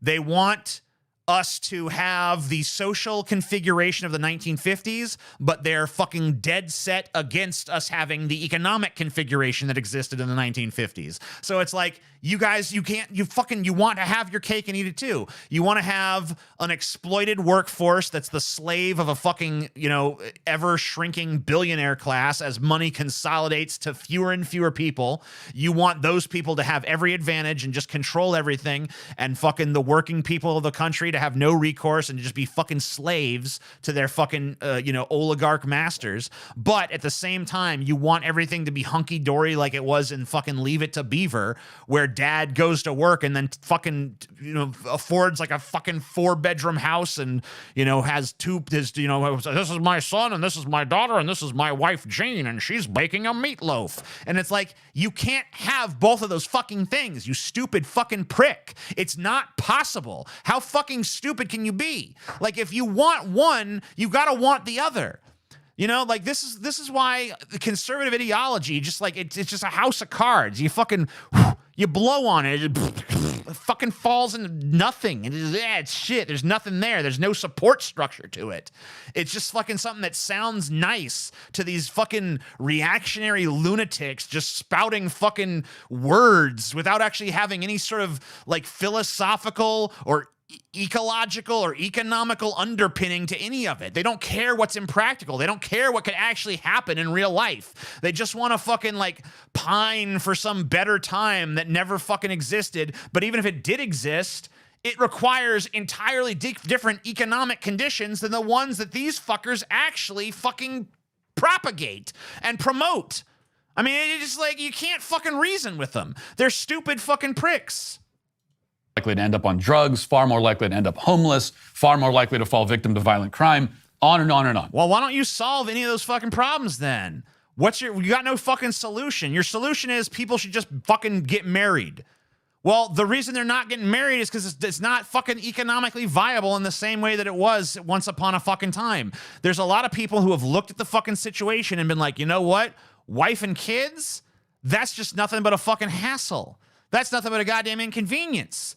If you give that motherfucker a disposable income, if you give that motherfucker some money, you give that motherfucker some fucking dough to work with, then yeah, maybe a wife and kids sounds a little fucking better. It's like, oh yeah, because now he's got the money for him. If you want a motherfucker to have a wife and kids, or you want a woman to have a husband and kids, or whatever the fuck you want, like that shit takes money. So you gotta fucking, that money has to come down. It can't just be consolidated up at the top and then you say some fucking lie about, oh, it'll trickle down. It doesn't trickle down. It stays up there. That's what it fucking does. So, you know, no one can fucking do that. The only people who can afford to do that are people like fucking Matt Walsh here, who gets paid a fucking nice fat salary grifting right-wing morons. Like talking to them about like, man, what about what happened to traditional values? It's like traditional values were murdered by the very capitalist systems that you fucking idiots defend. It is extremely bad for children and for society to abandon marriage. That's just the fact. Wow, TJ is a moron. Come on my show. Come on the show. Conservative Canadian, I invite you on. Come argue with me then. Come tell me how I'm a fucking moron. Come explain to me why I'm wrong. Come tell me why I'm wrong. You got the invite. Come on, buddy. Let's do it. Come on board. Come over here. Let's talk. Let's talk, Conservative Canadian. Talk about how I'm a fucking moron. Come tell me I'm a fucking moron, bro. Let's come on my show. Come on the show. Come on the fucking show. Come on the fucking show, bitch. Come on the fucking show. Conservative Canadian. Come on the show. Let's talk. Tell me why I'm a moron. Tell me why wow, I'm a moron. Tell me why I'm a moron. Come on. Get your fucking bitch ass in here. I think this dude's debated Walsh. Cool. Come debate me. Hop on the show. Hop on the show. Hop on the show. Hop on the show. Hop on the show. Hop on the show.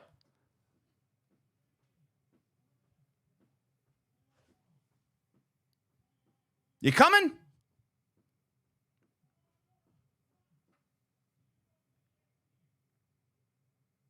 Don't tell me what to do, biatch. All right, well, then you're gone. Goodbye. Never want to see your bitch ass in here again. Hide user on this channel. You're gone. Die. You're done. You're done then, faggot. Get the fuck out of my chat. All right. But as is so often the case, what is bad for kids and bad for the culture is really good for the Democrats. Mm-hmm. You know, they are, the Democrat Party is a vulture. You know, it feasts on the carcass of decaying.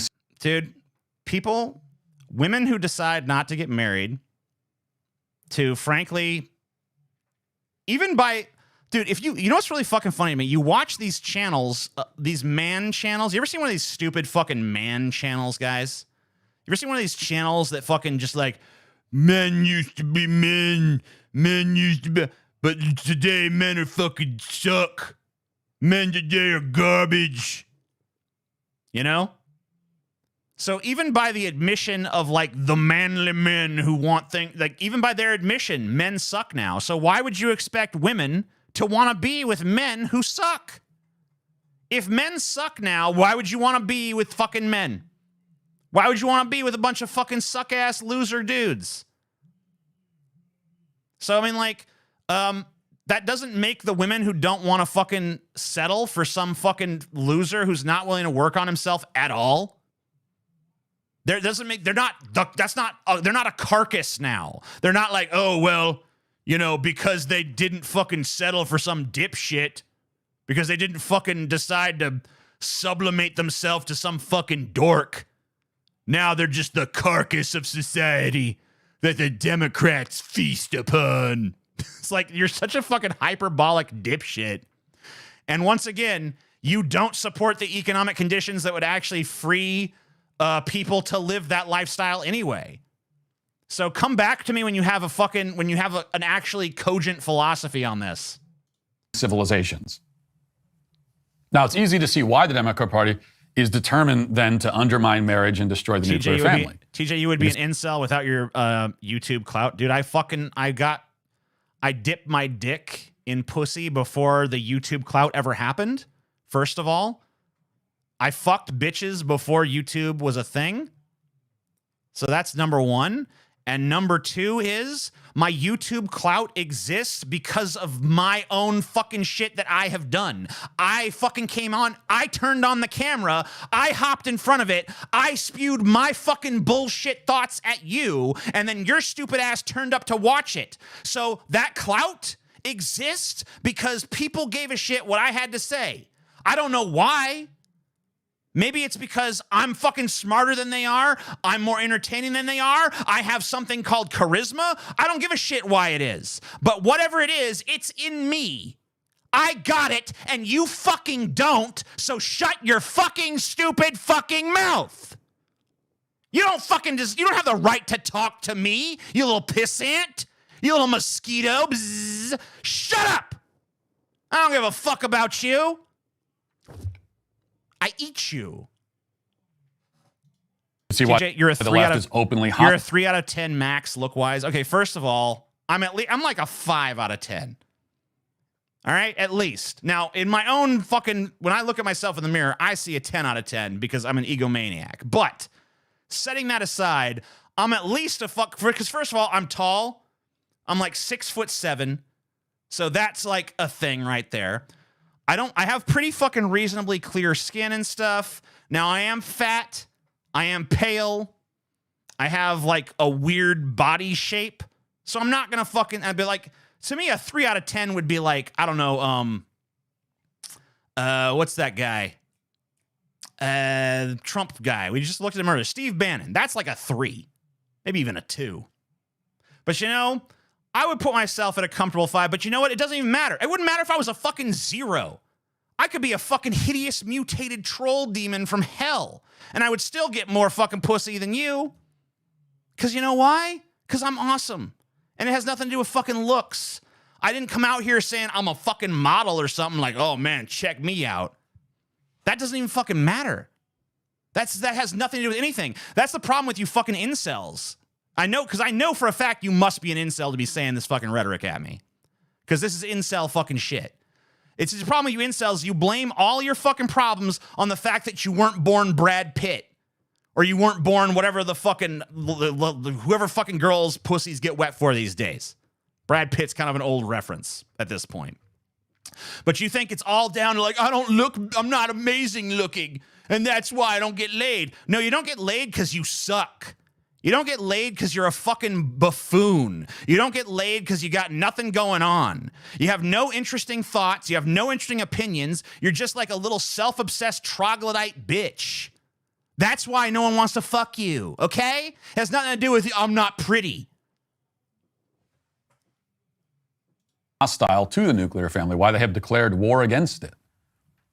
The nuclear family ban that fuck, by the way.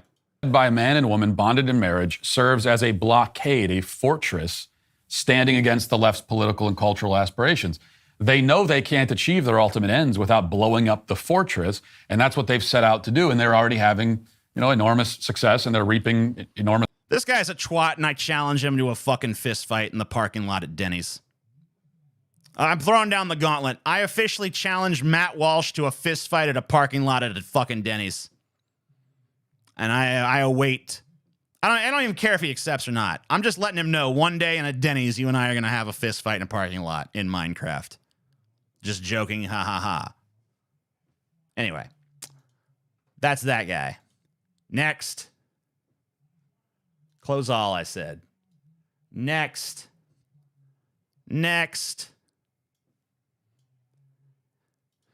It's time for Nikki. It's time for Lil Nikki here. Little Nikki Fuentes. Now, so I guess I should let you know. I don't know jack goddamn motherfucking shit about Nick Fuentes. I've never watched Nick Fuentes. I know nothing about Nick Fuentes. I've seen him on Twitter as I've scrolled through. I've seen people be like, you don't believe what Nick Fuentes says, but I've always resisted the urge to give a shit. But today I've decided now's the, I don't know, a hair crawled up my ass, and I decided today is the day to give a fuck about Nick Fuentes, and we're going to talk about him. Let's see what the fuck is going on here. This is a clip, I don't know. He's going to say some shit. We're going to see what he says. That's the fact that this is a godless country. Cool. I hate it.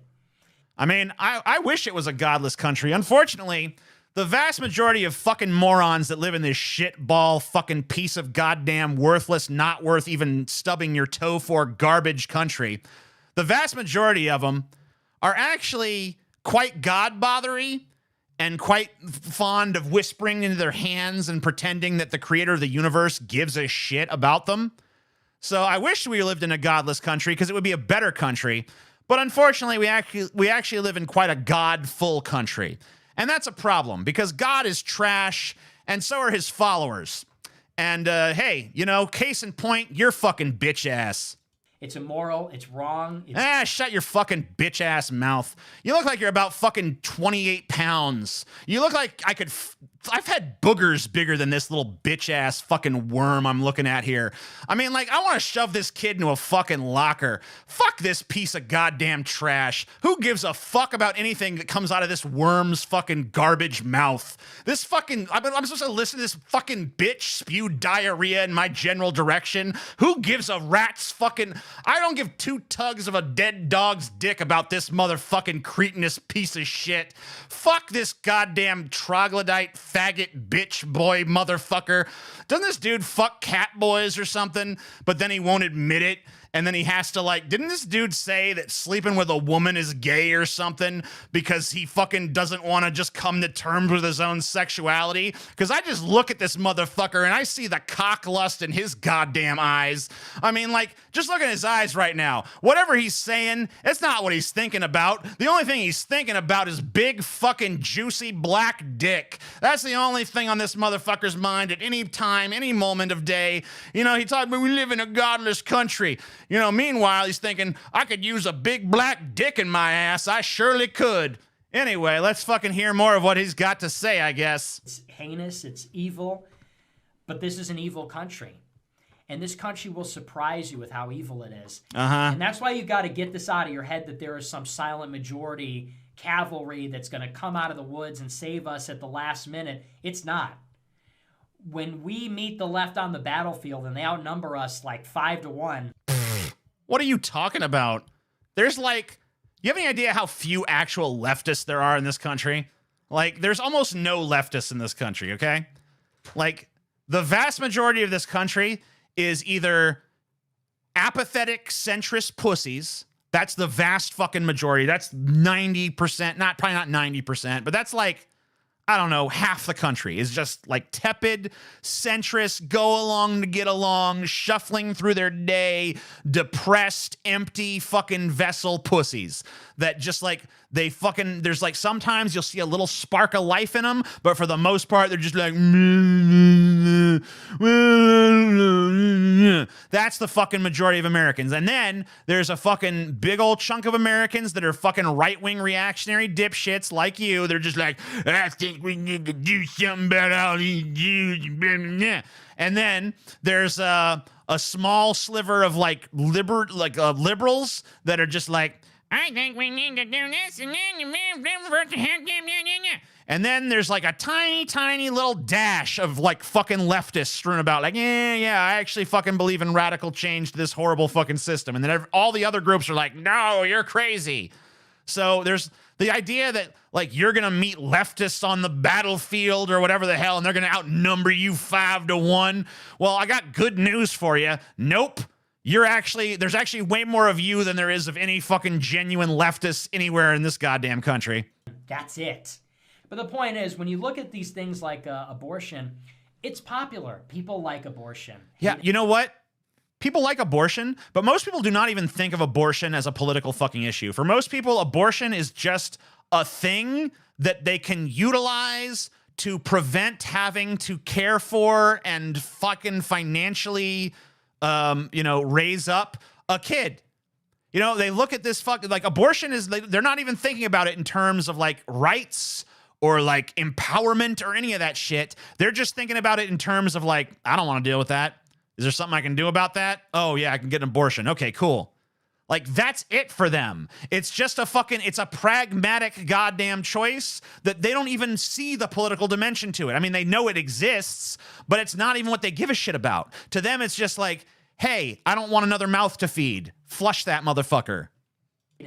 But it's true. And you can thank the Jewish media for that. Abortion's popular. No, you cannot thank the Jewish media for that. You can thank the human predilection for not raising fucking another mouth to feed when they can barely afford the mouths they're currently feeding. You can thank that. okay? Because abortion has existed long before the Jewish media showed up and fucking said whatever they said about whatever the fuck, okay? There's even abortion in the fucking Bible. There's abortion, I guess it's in the Old Testament, so maybe that is, maybe we can consider that a form of Jewish media, I don't know. But you probably like the Bible. You're a Catholic, right? You like to suck God's big old fucking holy dick, so I'm assuming that you like the Bible. And there's even abortion in that thing. Go look up the verse about the bitter waters and get back to me. Sodomy's popular, you know, being gay. Yeah, sodomy's popular because okay, the fucking male G-spot is in his ass. Fucking, you know this, dude. You already know this. Sodomy is popular with you. You probably fucking are gonna do some sodomy after you fucking shoot this segment. But if you haven't, if on the off chance that you're still closeted, take these two fingers and shove them up your ass and kind of like, it'll feel uncomfortable at first, like you had a poop or something, but then wiggle those motherfuckers around and you'll notice there's like a pleasant sensation happening. That's because you're stimulating your fucking prostate and it feels really fucking good, okay? So that's why that's popular. That didn't have any, it didn't take the fucking media to make that popular, you stupid fuck. It just took the fact that it feels good. Similarly, I don't know why I need to explain this to another fucking dude, but you know that thing that's dangling between your legs? Maybe it's a big one, maybe it's a medium one, maybe it's a small one. Doesn't matter. Whatever size it is, it feels pretty good to put that fucking tallywhacker into something else and go, and then this thing happens. You have this orgasm thing, and it feels all nice and tingly, and you're like, ah. And it's amazing, and that's why people like that. It has nothing to do with like Jewish media mind control brainwashing shit. It's because there's literally pleasure involved. Popular, being a feminist is popular, sex out of wedlock is Being a feminist is, I mean, it's like mildly popular, okay? Being a feminist, like, and by the way, when most women or men for that matter say like, I'm a feminist, all they just mean is like, yeah, women should be like, have rights and stuff. Most people are not like some fucking, like most people who say I'm a feminist have not done like a deep dive into like feminist theory or like the literature and shit. Like they have not done that. They're not like academic college feminists. They're just like casual, like, yeah, women are pretty good, I guess. Like that's it. Popular. Contraceptives are, that's all popular. That's all. That's not to say it's good. That's not to say I like that. Oh, you like about half that shit, you fucking lying, disingenuous fuck. Look at your smug ass face. You already know you're fucking, and not to say I like any of that. Yeah, give me a break. Popular means the people support it, which they do. And it sucks, and it is what it is, but that's why we need it doesn't suck, it's fine. That's unironic. Yeah, he just said we need a dictatorship. I was talking over him. Here you go. It is what it is, but that's why we need dictatorship. Yeah, you know, you say dictatorship, but I kind of think you only want the first syllable of that, to be honest with you. Right? Yeah. That's unironically why we need to get rid of all that. We need to take control of the media or take control of the government and force the people to believe what we believe. Or the people are let me just explain this to you, you stupid fucking cretinous buffoon. The people are never going to believe what you want to believe. Because you know what? There is no media, like, you cannot just, like, the idea that you could just take control of the media, even if you could fucking do that, you stupid fucking dumbass, even if you did succeed in taking over the media, you can't just put a fucking garbage message that's counter to what human beings want in the media, and then human beings just like, yeah. Like, you could have, like, oh, guys, check it out. The new Dick Shredder 9000. Arnold Schwarzenegger loves the Dick Shredder. All the celebrities love it. It's a machine that just fucking mangles and destroys your dick horribly. Ah, the pain. Oh, it's so great. You know? Yeah, there will be some people into that. Some people will be like, oh, yeah, that seems good to me. But most people, unless you have some existing predilection towards the Dick Shredder 9000, you're probably not going to just jump on board the Dick Shredder 9000 bandwagon because the media's pushing it in your fucking face, okay? People are going to want what they want. You know what?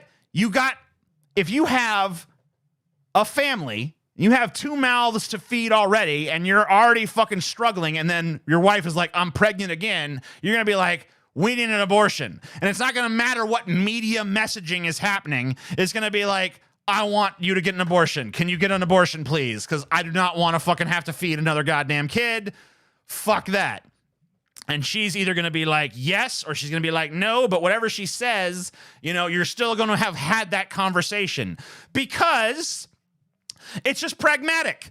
Just like if you're into sodomy, there's not going to be some commercial on TV. You're not going to be like, man, it sure does feel good getting fucked in the ass. I love that. But then some commercial comes on TV and it's like, don't do that. And you're like, oh, wow, yeah, and you're right. Don't do that. Or force him to play by our rules and reshape the society. Yeah, you're not going to. Yeah, good luck, bitch. Have fun with that fucking failed endeavor. All right, here he is again. When it comes to the Jews, here's the silver lining. It tends to go from 0 to 60. Like, they're not wrong about that. But there's a reason for that. And the reason is them, okay? When it comes to the Jews, every society where shit has gone down with these people, it always goes from 0 to 60. It never starts with burning all the Talmuds in Paris, okay? It never starts that way. But frequently, it seems to end that way, and it gets there very rapidly. Doesn't start there, but it frequently ends there. But I would say that the Jews had better start being nice to people like us. Yeah. Jews, putting you on notice, bros. Listen. This guy that obviously would relish the idea of holocausting you, it's time you start being nice to people like him. You know? Because that's the only way you're not going to get holocausted, guys. I'm telling you right now. You want to avoid another Holocaust? You need to start fucking kissing some Nazi ass. That's what you got to do, my friends. Like, give me a fucking break. You know what the Jews need to do? I'll tell you how a much better way they can avoid it is do the exact fucking opposite of your advice. You know, I think the Jews need to fucking go a little bit in the other fucking direction, to be honest with you. They need to be a little bit less tolerant of this kind of bullshit. Because what comes out of this is going to be a lot uglier and a lot worse for them than anything that's being said on this show or has been said on this show. In spite of the fact that probably not worse than anything that's been implied on your show, right? It's been worse. It's a lot, what's going to happen to them is going to be a lot worse than anything that's been said directly on this show. But it's going to be about equal with what's been implied very strongly on this show. You know what I'm saying? Bullied by the Jews, and I have been oppressed and slandered and lied. You have not been oppressed, slandered, or lied about. And attacked by the Jews. No, you haven't. No one's because you know what? No one needs to lie about you. You're literally a dude who comes on camera as like, guys, fascism's great, and I think we need another Holocaust. No one needs to lie to slander you. There's no need for that. You are already, as like, what worse could be said? You're already the worst. There's no fucking way, like, no one needs to lie to slander you. You're already the worst fucking thing possible. I have been completely precise, for the most part, and even-handed and nuanced about my view about the situation. Oh, yeah. You strike me as an incredibly nuanced person, dude. The nuance right now. Woo, it's coming in. Oh, holy shit, that nuance. And I'm also a Christian. Mm-hmm. Which is going to matter. Because it could be a lot worse, I'm going to say, than this show.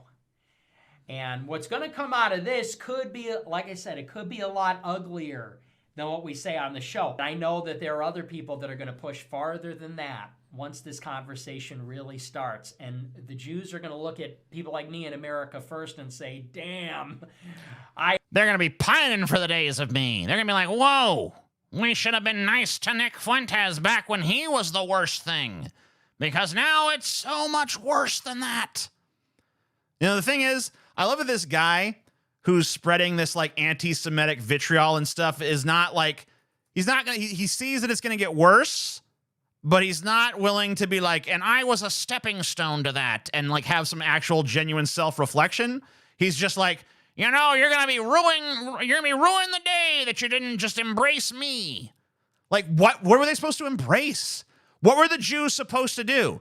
They were supposed to watch you go on your show and be like, I fucking hate the Jews. And they were supposed to be like, well, you know, he's a great man. You know, they're supposed to like love you. They're supposed to kiss your ass. Like, wow, yeah, he's great. I love him. What a fantastic fucking guy. Like, who the fuck would do that? I miss when it was just that funny guy and we push so hard and this and that because history has shown that once this train gets going. Guys, I got bad news. I've just, I thought people were just memeing in the chat, but I've looked it up and Jackie Chan is dead. Dead tired of Nick Fuentes, that is. All right, here you go. One more. 9 in 10 blacks vote for Democrats. Why do they do that? God only knows. Why do they play the knockout game? Why do they punch white people in the street for no reason? It's not really for no reason. It's not really for no reason, is it? You know. I mean, like, you can't be like, okay, so here's the deal. You motherfuckers like you're like, oh man, these blacks, they're doing all this horrible stuff. They're doing all these horrible things, so they punch us in the head. Well, I mean, they were enslaved for a while, right? And I know you want to say, like, get over it, it was the past, but, like, you ain't over the past. You still over here pining for fucking old Adolf. Where's Adolf was back? And where's Adolf would come back again? I miss old Adolf, man. Like, come on. Why do they... Like, you ain't over you ain't over the past. You ain't over the fucking, like, you know, failures that your guys had. So why should the black people just put their fucking the past behind? Like, whatever. Our people were enslaved for like a fucking few generations. No biggie. They robbed 5 7-Elevens in 30 minutes. By the way, I'm not saying that justifies punching some unsuspecting person in the back of the head. I'm just saying it's not for no reason. There's fucking reasons. Why do they walk around with their pants around their ankles? I don't know. I don't think they walk around with their pants around their ankles. I think that's in your fantasy that happens. I think you wish black dudes walked around with their pants around their ankles so you can see that fucking big ol' fucking dark sausage, that big ol' fucking black palooza coming at you. But no, they typically do not wear their pants around their ankles. Sorry. I don't know. I'm not black, so it's not my experience. It's unexplainable. You're not? Oh yeah, I guess not. Explainable, but this is what they do. Okay, this is how they are. It is what all it of them. is. Every single black person walking around with they're walking around with their pants around their ankles, punching white people in the back of the head, drinking their grape drink, eating their watermelon, taking that fried chicken, you know, everything. Every black stereotype applies to every single black person across the board, dude. That black vote is locked in, man. It is totally inelastic. It doesn't matter. I mean, it doesn't matter what they believe or who they like. I mean, it just doesn't matter. So why would we create these opportunity zones and a platinum plan and just send the military in? Do what must be done. Send the military into these black neighborhoods, make the streets safe. They'll complain about it. It doesn't matter. God, guys, why don't these black people like us? Well, I guess we just gotta send the military in, take over their, just do like, you know, martial law in their black neighborhoods. I just don't get why they don't like us, man. It's really a fucking mystery to me, you know? What's wrong with them? What's wrong with these blacks? Oh, well, I say we fucking brutally oppress them. Seems like be the only recourse at this point. They provoked us. TJ, he is a troll. No, he is a radical right-wing psychopath that hides behind being a troll whenever he's called out on his bullshit. That's what he is. That's like if I come out here every day and I'm like, hey, guys, what if we were to, I don't know, fucking guillotine all the billionaires? Like, yeah, if I say it in a funny voice, I go, it sounds like I'm joking, but you all know that I'm totally joking. Yes, of course. That's it. He sucks. Whatever. I should have just kept ignoring him. I should have just continued my trend of ignoring Nick Fuentes' existence, but I didn't. So hopefully you guys enjoyed it. And you guys rock. I love you guys. You guys are wonderful. Except for the people I kicked out earlier. They can go fuck themselves. Conservative Canadian dipshit or whatever. Yeah, he sucks. And whoever else I kicked out, that guy sucks too, I guess. But the rest of you motherfuckers are all good.